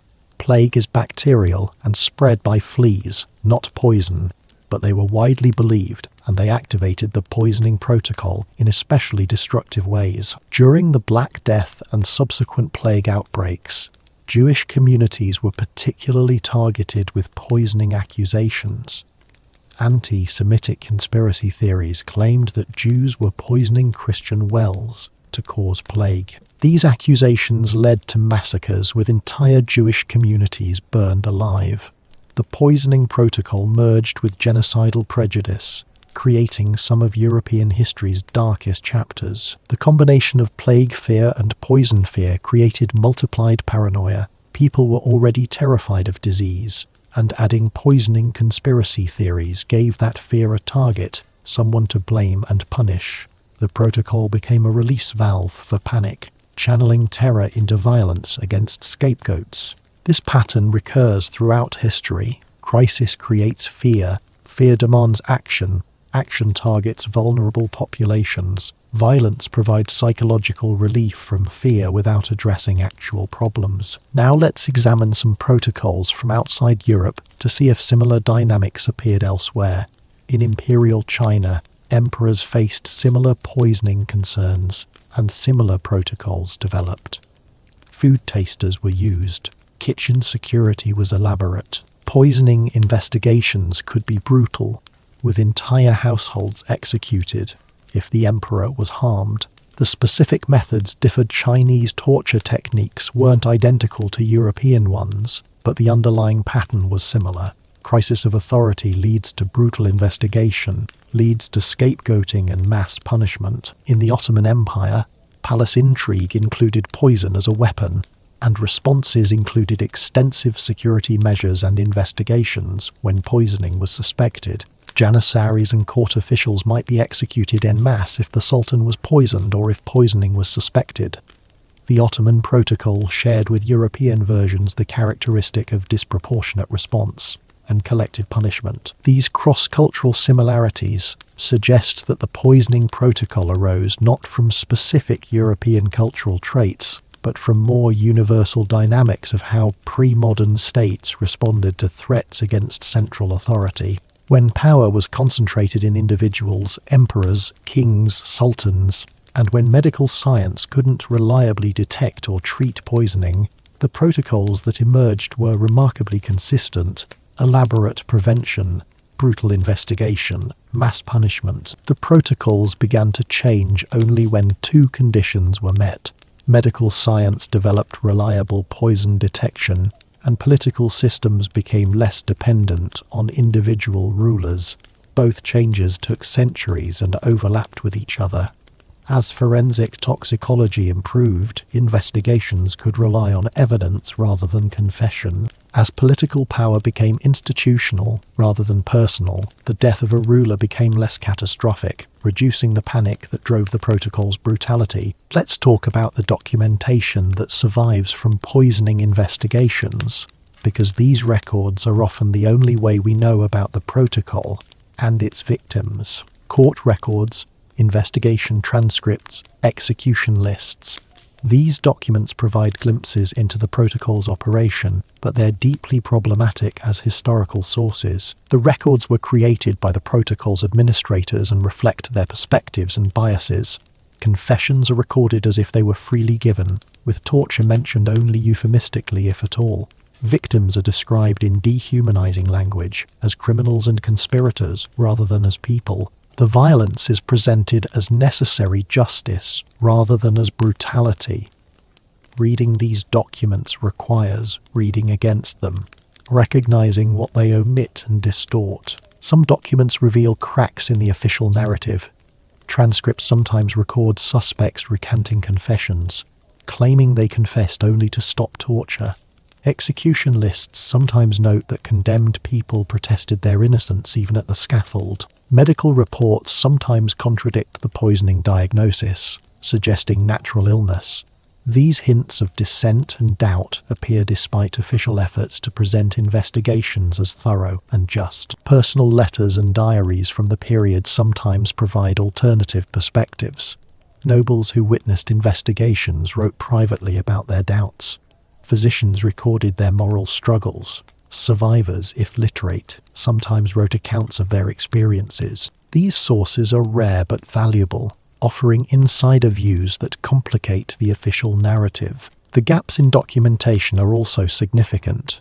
Lower-class victims often don't appear in records except as names on execution lists. Their perspectives, their suffering, their stories are absent because they couldn't write, and no one in power cared to record their experiences. Historical research on the protocol must grapple with the silence about those who suffered most and had least power to make their voices heard. Modern historians approach these sources with sophisticated methods, using forensics to re-examine old cases, employing statistical analysis to identify patterns, reading critically to extract information despite bias and distortion. This research has revised understanding of poisoning investigations, revealing more clearly how unjust they were and how many victims were probably innocent. But much remains unknown and unknowable. The protocol destroyed people whose names we'll never learn, whose stories are forever lost. Now let's examine the transition from poisoning protocols to modern forensic investigation, because understanding how we got from there to here illuminates both progress made and work still needed. The shift wasn't sudden or complete. Elements of the old protocol persisted well into the modern era, and traces remain visible even today. The development of toxicology as a science in the 19th century was crucial. When tests could detect specific poisons in bodies and in food, investigations could focus on actual evidence rather than forced confessions. The Marsh test for arsenic, developed in 1836, was a breakthrough. Suddenly, you could prove whether arsenic was present rather than just inferring from symptoms and confessions. This didn't immediately end torture in criminal investigations, but it began a shift toward evidence-based prosecution. Legal reforms in the 19th and 20th centuries gradually eliminated torture from European justice systems. This happened unevenly, with some countries reforming earlier than others, and with backsliding during wars and crises. But the general trend was toward systems that required physical evidence, that allowed defendants to challenge accusations, that presumed innocence rather than presuming guilt. The poisoning protocol's methods became legally unacceptable, at least officially, but elements of the protocol's logic persist. Coercive interrogation techniques that fall short of torture but involve psychological pressure can still produce false confessions. Investigations can still expand beyond evidence to pursue conspiracy theories. Political pressure can still influence criminal justice, causing prosecutions of convenient targets rather than actual criminals. The impulses that drove the poisoning protocol, fear, desire for quick resolution, need to demonstrate control, willingness to sacrifice individuals to institutional needs, remain active in modern systems. Modern forensic science has capabilities the poisoning protocol's administrators would have seen as miraculous. DNA analysis, chemical detection at parts per billion sensitivity, pharmacological understanding of how thousands of substances affect the body. These tools make poison investigation scientific rather than speculative. We can definitively determine whether someone was poisoned, with what substance in what quantity, through what route of exposure, This has mostly eliminated the protocol's worst uncertainties and the brutal methods used to compensate for that uncertainty. But we must recognize that modern capabilities are unevenly distributed. Advanced forensics requires resources that wealthy nations have and poor nations often lack. Within nations, wealthy defendants can afford expert testimony and advanced testing, while poor defendants cannot. The gap between what is scientifically possible and what is actually available to most people in criminal justice systems is significant. We've developed the tools to avoid the protocol's injustices, but we haven't ensured everyone has access to those tools. Let's talk about the memorials and remembrances for the protocol's victims, because how we remember history matters. In some locations where mass executions occurred during poisoning investigations, there are now plaques or monuments acknowledging what happened. These are usually recent, from the late 20th or early 21st century, as historical consciousness has grown and as societies have become more willing to acknowledge past injustices. But most victims have no memorials. They're forgotten except as entries in historical documents, if they appear there at all. Their suffering has left no physical trace. The torture chambers and execution grounds where they died have been demolished or repurposed. The places where they lived and worked have changed beyond recognition. They exist only in archives and in historical memory.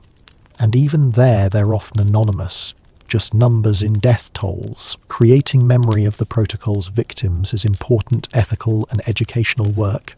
It honors people who deserve to be remembered.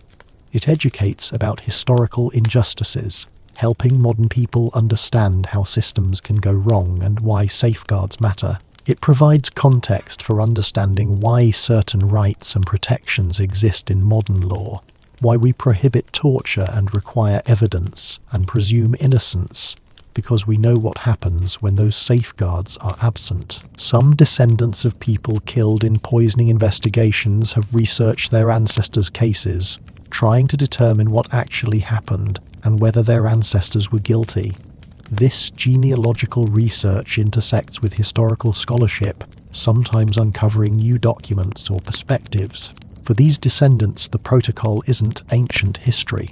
It is family history, part of their inheritance, something they need to understand themselves. Educational programs that teach about the poisoning protocol face challenges. The material is genuinely disturbing, involving torture and mass execution. Teaching it to children requires careful judgment about age-appropriate content, but the history also carries important lessons about justice, evidence, human rights, and the dangers of fear-driven policy. Educators grapple with how to convey the protocol's horrors and lessons without traumatizing students or descending into gratuitous horror. Museums that display artifacts from the protocol era, torture devices, execution documents, letters from victims, must consider how to present this material responsibly. Context is essential. These aren't curiosities but evidence of systematic injustice. Respect for victims is crucial. They weren't historical abstractions, but real people who suffered.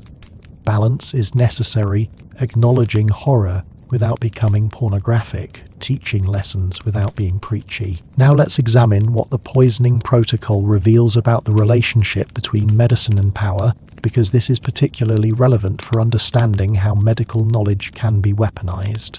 You, as royal physician, were both healer and instrument of state violence.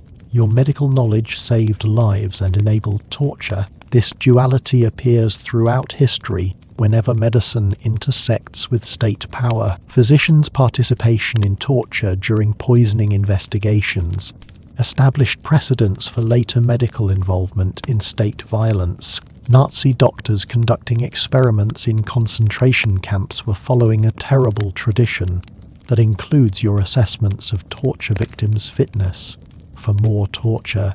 CIA doctors designing enhanced interrogation techniques were applying medical knowledge to optimize suffering, just as you advised torturers on pain thresholds and survival limits.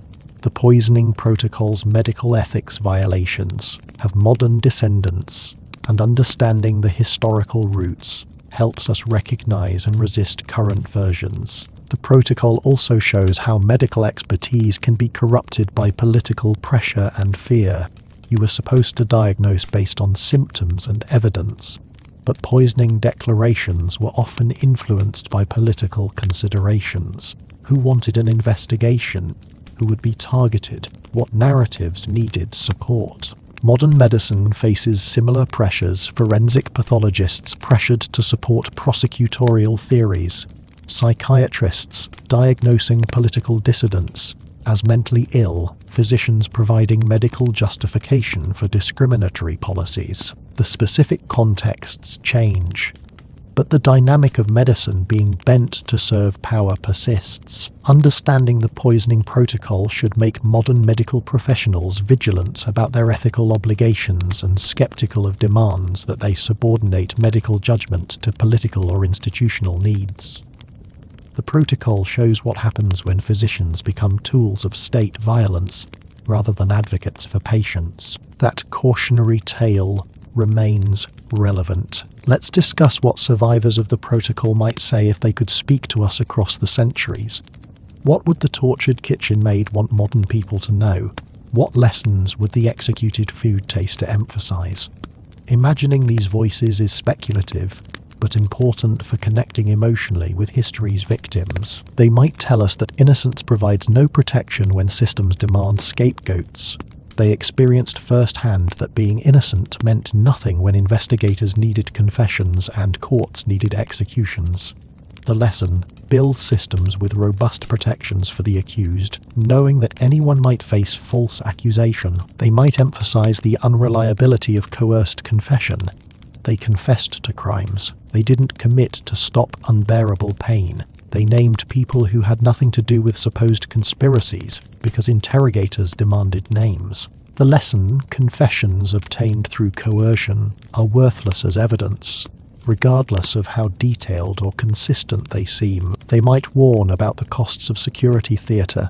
The protocol looked impressive: elaborate investigations, public executions, demonstration of state power, but it didn't actually prevent poisonings or identify real culprits more often than by chance. The lesson: evaluate security measures by actual effectiveness, rather than by appearance of strength or decisiveness. They might speak about the trauma that outlasts the investigation.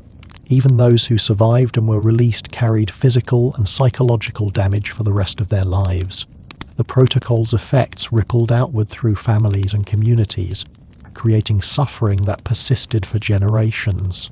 The lesson: consider the full human cost of policies, not just immediate outcomes. They might tell us that ordinary people operating systems of brutality can convince themselves they're serving justice.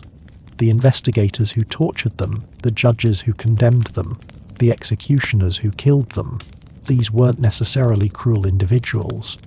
They were people doing jobs their society deemed necessary. The lesson: remain critically aware of what your professional duties require and whether those requirements are ethical. Most fundamentally, they might ask us to remember them, not as statistics or historical abstractions, but as people who lived, who had hopes and fears, who loved and were loved, who suffered and died in a system that treated them as expendable.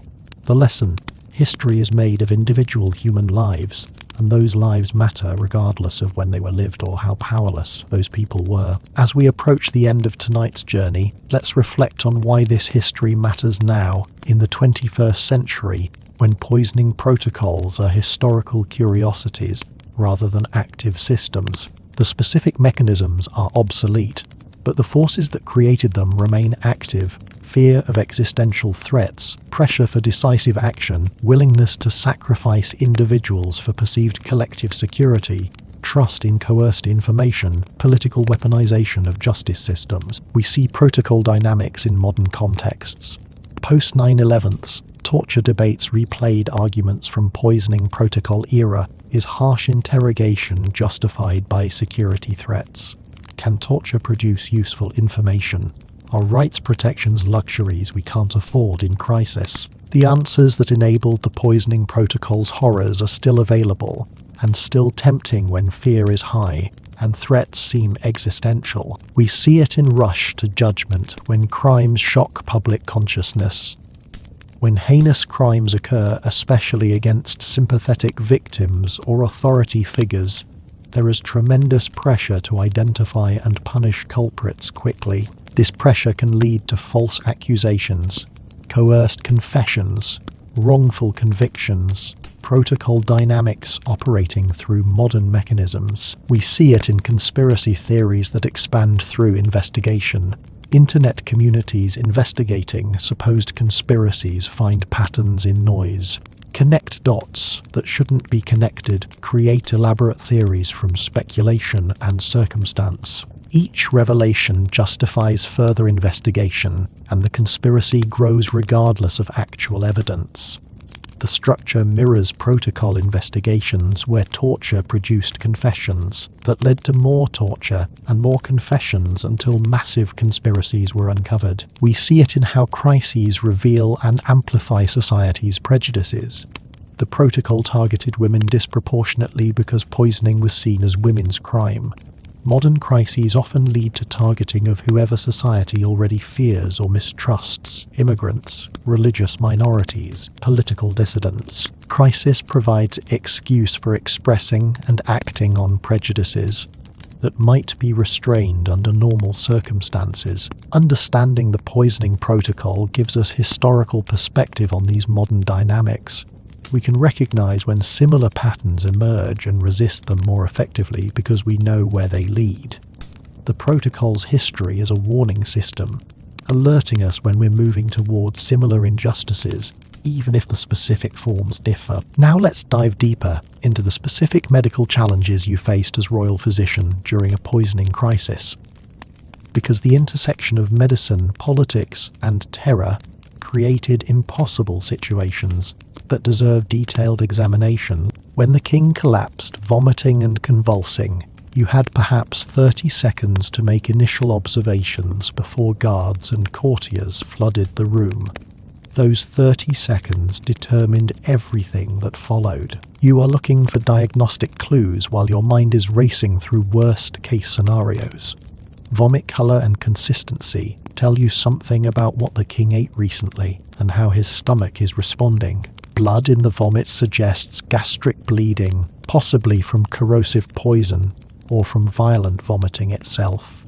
The smell might indicate specific poisons. Arsenic has a garlic-like odor, though subtle. The king's skin color gives clues: pale suggesting blood loss or shock, blue-gray suggesting oxygen deprivation, flushed suggesting some plant toxins. Pupil size is crucial. Dilated pupils might indicate atropine from nightshade or similar alkaloids. Constricted pupils might suggest opiate overdose or certain nerve agents. But you are doing this examination in candlelight or torchlight, under conditions that make accurate pupil assessment nearly impossible. You are making life or death diagnostic decisions with inadequate light, inadequate time, and overwhelming pressure. The king's convulsions give you information but also complicate examination. Are these true seizures from neurological poison, or are they muscle spasms from pain and shock? The pattern matters. Sustained rigid contraction suggests strychnine or similar convulsants. Intermittent jerking seizures suggest different toxins, but the king is thrashing, making examination dangerous for you and difficult to interpret accurately. You try to get history. When did symptoms start? What had the king eaten or drunk in the past few hours? But the king can't answer coherently, and the servants who are present are terrified and give contradictory accounts. One says the king complained of stomach pain immediately after dinner. Another says it was an hour later. A third insists the king seemed fine until he suddenly collapsed. You are trying to construct a timeline from panicked witnesses who know their lives depend on their answers and who are therefore unreliable. You make your declaration, "I suspect poison," as discussed. This triggers the protocol, but it also commits you to a specific diagnosis. If the king recovers and evidence suggests natural illness, you'll be accused of incompetence for declaring poison unnecessarily, for triggering investigations that tortured innocent people. If the king dies and evidence suggests natural illness, you might be accused of missing the real diagnosis and focusing wrongly on poison. You can't win, but you must decide. And you decide based on inadequate information under extreme pressure. Now you are treating the king with the limited tools of 17th century medicine. Theriac, the supposed universal antidote, is your first resort. It is a preparation containing dozens of ingredients: viper flesh, opium, various herbs, wine, honey mixed, according to ancient recipes and aged for years. Does it work? No, not as a universal antidote, because universal antidotes don't exist, but it might help in specific ways. The opium provides pain relief.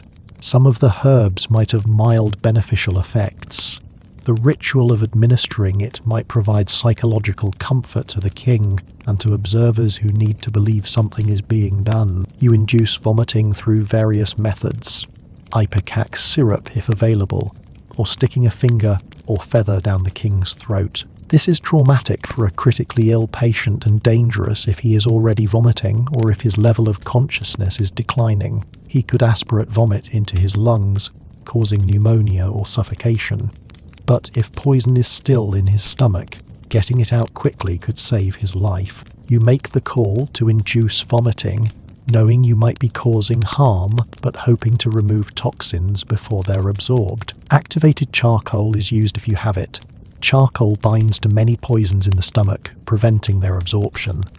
This actually works for some toxins, one of the few genuinely effective treatments you have. But you don't know what poison you are treating, so you don't know if charcoal will help. You give it anyway because it rarely causes harm and might help.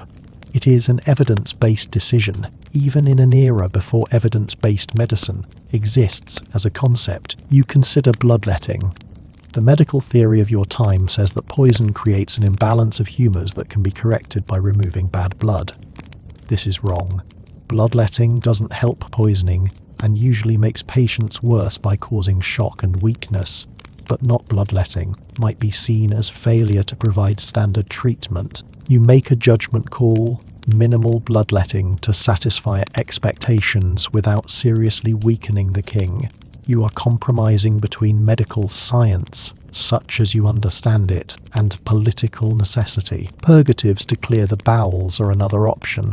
Getting poison out of the digestive system before it is absorbed makes sense, and some purgatives might actually help, but violent purging of a patient who is already in shock could be fatal. You have to decide how aggressive to be with treatments that might help or might kill, and you are deciding in real time with the king's life and your own at stake. Throughout all this, you are documenting every treatment, every dosage, every time, every observation. You are building a defensible record of your actions. But you are also trying to save the king's life, which requires focus and quick decisions. The documentation burden competes with patient care, and you are doing both inadequately because you can't do both well simultaneously. Hours pass. The king is either improving or deteriorating, and you are trying to determine which. Vital signs are your guide: pulse, breathing rate, level of consciousness, skin color, temperature. But measuring these accurately is difficult. You don't have a thermometer. They exist but aren't yet in common medical use. You are feeling the king's forehead with your hand, a subjective assessment. Pulse can be felt, but measuring rate accurately requires a clock, which might not be in the room, and your own anxiety makes your assessment unreliable. You are also dealing with the treatment's side effects. The opium in Theriac causes constricted pupils, which mimics some poisons. It causes drowsiness, which could be therapeutic rest or could be dangerous CNS depression. The charcoal causes black stool, which could be mistaken for bleeding. The purgatives cause violent diarrhea that weakens the patient. You are trying to distinguish poison symptoms from treatment side effects, and it is nearly impossible. The investigators arrive while you are still treating the king.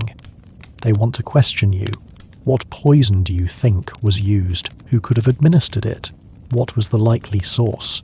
You are trying to save a patient and simultaneously being interrogated about a crime you know almost nothing about. You give vague answers because you don't have specific answers, and your vagueness is noted as suspicious or incompetent. They want samples of everything: vomit, blood, urine, feces. You provide these, knowing they'll be tested on animals in ways that might or might not produce useful information. Animal testing can reveal if substances are toxic, but different species respond differently to poisons. Something that kills a dog might not affect a human similarly. The investigators don't understand these limitations.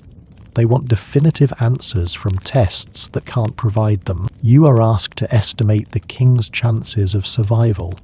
This is impossible. You don't know what poison was used, how much was ingested, how long ago, what the king's underlying health is, how effective your treatments are. You could make up a percentage, but any number would be fiction. You say what physicians always say when uncertain. The next hours are critical. We must pray and hope. It is honest but unsatisfying, and your inability to provide certainty is held against you. Night becomes day. You've been treating the king for 8 hours, 10 hours, 12 hours. You are exhausted. Your hands shake from fatigue. Your judgment is impaired by sleep deprivation. But you can't leave the king's bedside because leaving might be interpreted as giving up or as not caring whether he lives or dies. You are trapped in a vigil that could last days. Other physicians arrive to consult. In theory, this is helpful. More expertise, shared responsibility. In practice, it is competitive and political. Each position wants to demonstrate superior knowledge and secure royal favour. Some suggest treatments that contradict yours, creating confusion. Arguments break out about the correct approach. The king is being treated by committee, which is almost never optimal medical care.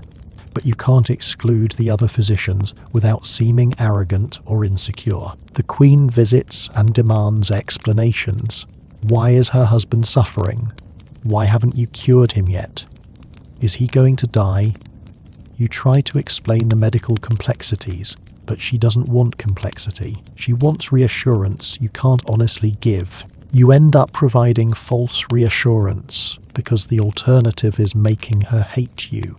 And if the king dies, having the queen as an enemy will be fatal. Food and water become issues.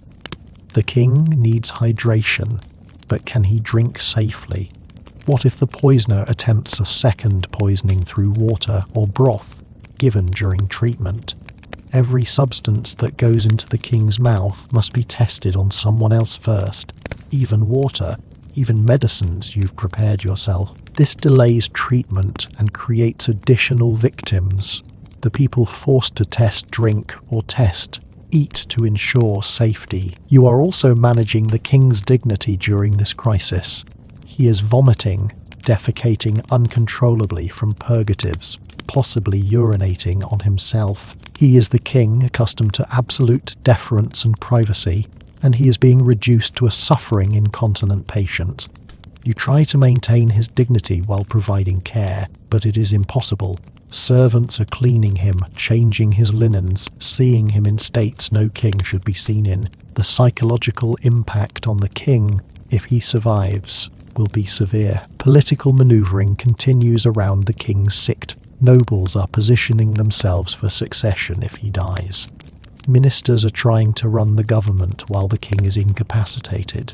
Foreign ambassadors are sending reports about the crisis to their governments, speculating about what it means for international relations. You are aware of all this happening around you while you are trying to focus on medicine.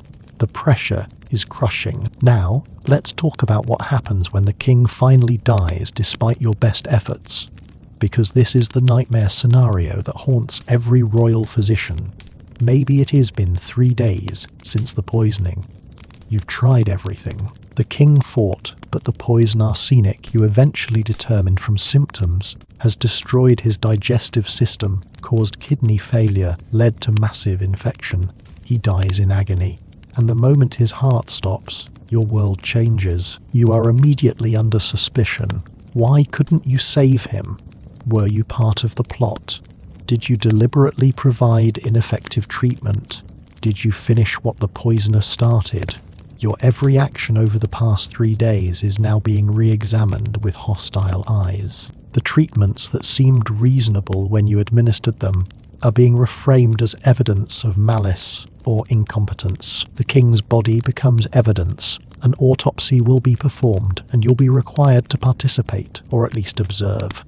The autopsy is brutal, a complete dissection, seeking physical evidence of poisoning and also evaluating whether your treatments might have contributed to death. The digestive system is opened and examined. The stomach lining is eroded, consistent with arsenic poisoning, but also consistent with the corrosive treatments you administered. Did the poison destroy his stomach, or did your treatments? The anatomists can't tell definitively, which means you can be blamed. The other organs are examined. The kidneys are damaged, poison or treatment. The liver is discolored, poison or treatment. The heart shows signs of stress, poison, disease, or the massive doses of stimulants you gave trying to keep him alive. Every finding is ambiguous, which means every finding can be used against you. Meanwhile, the investigation is expanding. Dozens have been arrested. Torture chambers are operating continuously. Confessions are being extracted, and some of those confessions mention you. Not because you were actually involved, but because tortured people say whatever they think interrogators want to hear, and implicating the royal physician sounds plausible and might make the torture stop. A servant confesses that you were seen accepting a package from a suspicious person 2 weeks ago. This is probably false or misremembered or deliberately fabricated, but it becomes evidence. You are called to explain this package. You don't remember any such package, but saying, "I don't remember," sounds like lying. You are trapped between a confession you can't verify and a denial that sounds suspicious. Another confession claims you were overheard discussing the king's health with someone outside the palace. This might be true. You consulted with other physicians, perfectly legitimate professional consultation, but it is being reframed as conspiracy. Why were you sharing the king's medical information with outsiders? Were you keeping potential conspirators informed about whether their poison was working? The evidence against you is circumstantial and mostly nonsense, but it is accumulating. You have the knowledge to poison effectively. You are a physician. You had access to the king. You treated him personally. You had opportunity to administer poison. You prepared his medicines. All that is missing is motive, but investigators can manufacture motive. Maybe you were paid by foreign powers. Maybe you had a grudge from some slight the king gave you. Maybe you are part of a noble conspiracy. The motive doesn't have to be true. It just has to be plausible enough to justify what they want to do anyway. You are arrested 3 days after the king's death. You are not given opportunity to prepare a defense or to contact anyone who might help you.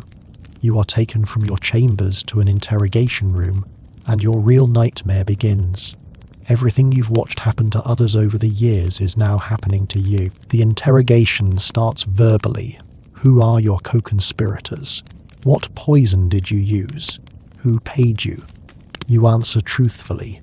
You had no conspirators. You didn't poison anyone. No one paid you. Your answers aren't believed. The interrogator knows with absolute certainty that you are guilty. Evidence says so. Confessions from others say so. The fact that the king is dead and you couldn't save him says so. Your denials are lies, and lies indicate guilt. The interrogator offers you a deal: confess and receive a quick execution. Beheading, relatively painless, over in seconds. Continue denying and face torture until you confess. Then a slow execution. Burning or drawing and quartering. Hours of agony. Choose. You refuse to confess because you are innocent, and confessing to a crime you didn't commit seems like a betrayal of truth and justice. You are about to learn that truth and justice are irrelevant to this process. The torture begins with strapado.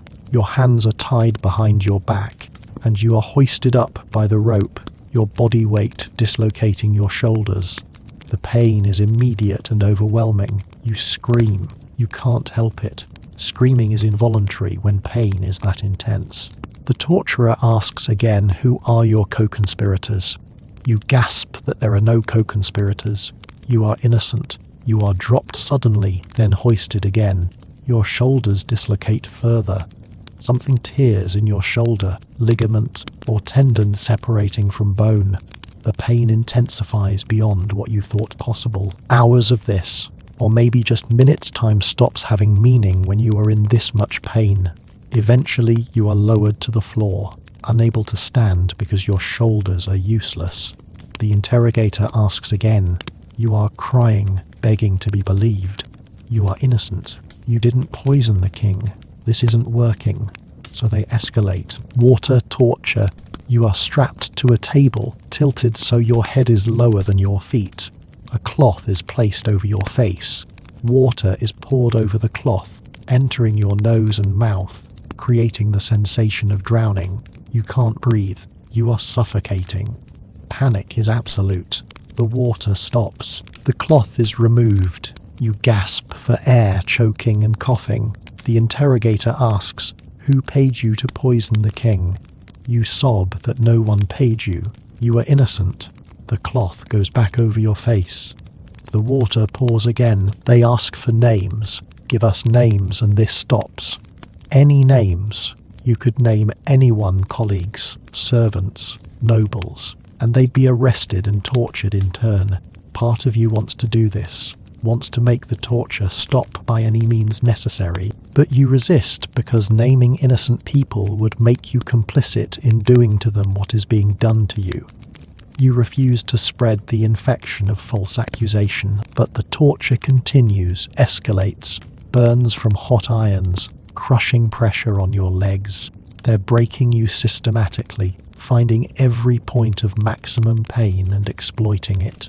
You are reduced to an animal, all thought focused on the pain and how to make it stop. Your identity as a physician, as a rational person, as a member of society, all of that is stripped away. You are just pain and the desire to end it. Finally, you break. Everyone breaks eventually, you confess. Not because you are guilty, but because continued existence in this pain is impossible. You tell them what they want to hear. Yes, you poisoned the king. Yes, you were paid by foreign agents. Yes, there are co-conspirators. You name people, some you dislike, some you've never met, some who might already be dead for all you know. The names don't matter. The confession doesn't need to be true. It just needs to be given. The torture stops. The relief is profound despite knowing what comes next. You are given water, basic medical care to keep you alive until execution. Your confession is written down, and you are required to sign or mark it. You do. This document will be used to justify your execution and to implicate everyone you named. The trial is brief. Your confession is read. The evidence packages, conversations, your position giving opportunity is presented. You are not allowed to speak in your defense. The verdict is predetermined. Guilty. Sentence, drawing and quartering.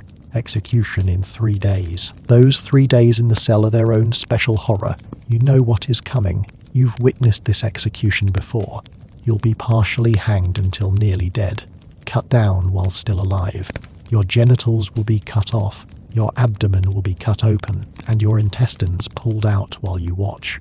Then finally beheading and quartering of your corpse. It will take anywhere from several minutes to a quarter hour to die, depending on how skilled the executioner is, and whether he has been bribed to make it quicker. You pray if you have faith, you rage against the injustice. If you have energy, you write letters to family that will never be delivered.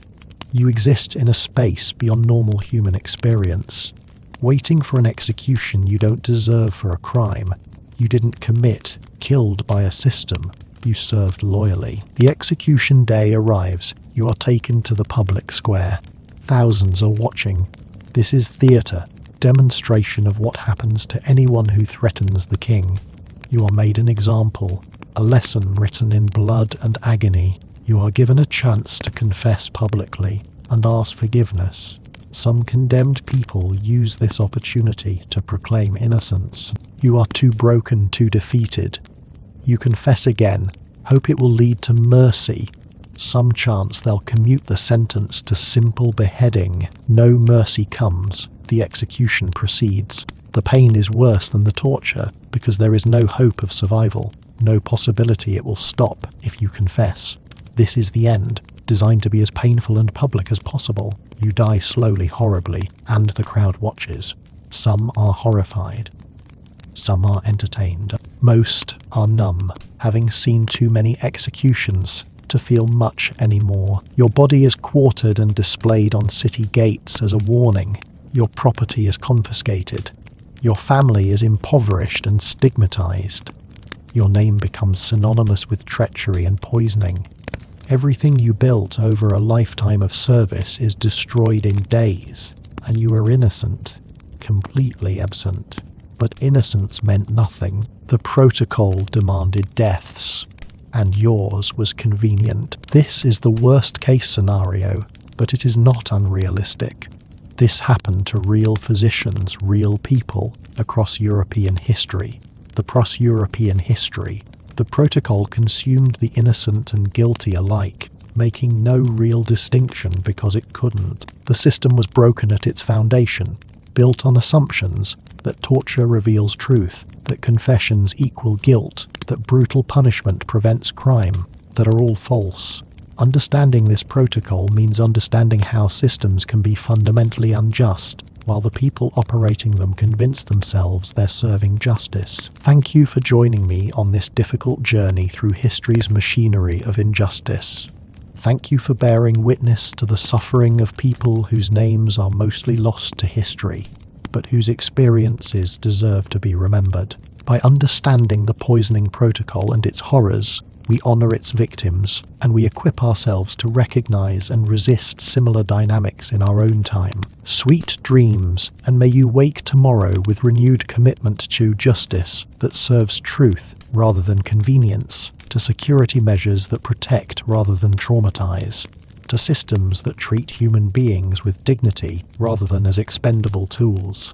May you never know the terror of being caught in a protocol that cares nothing for your innocence or your humanity, and may you have the courage to resist injustice when you encounter it, remembering the countless victims who had no choice, who suffered and died in a system that treated them as less than human. Remember that crises reveal what we truly value. Remember that security bought through torture and injustice isn't security at all. It is oppression with a different name. Remember that systems designed in fear often persist long after the fear has passed. Remember that everyone convinced themselves the protocol was necessary, and that same rationalization is available to us today for whatever injustices we're tempted to accept or participate in. Sleep well, dear friends, and dream of a world where fear doesn't override justice, where security doesn't require sacrificing innocence, where power serves humanity rather than destroying it, and where the lessons of history prevent rather than predict future horrors. Good night, and may your tomorrow be filled with wisdom to see injustice, courage to resist it, and compassion for all those caught in systems beyond their control. Sweet dreams.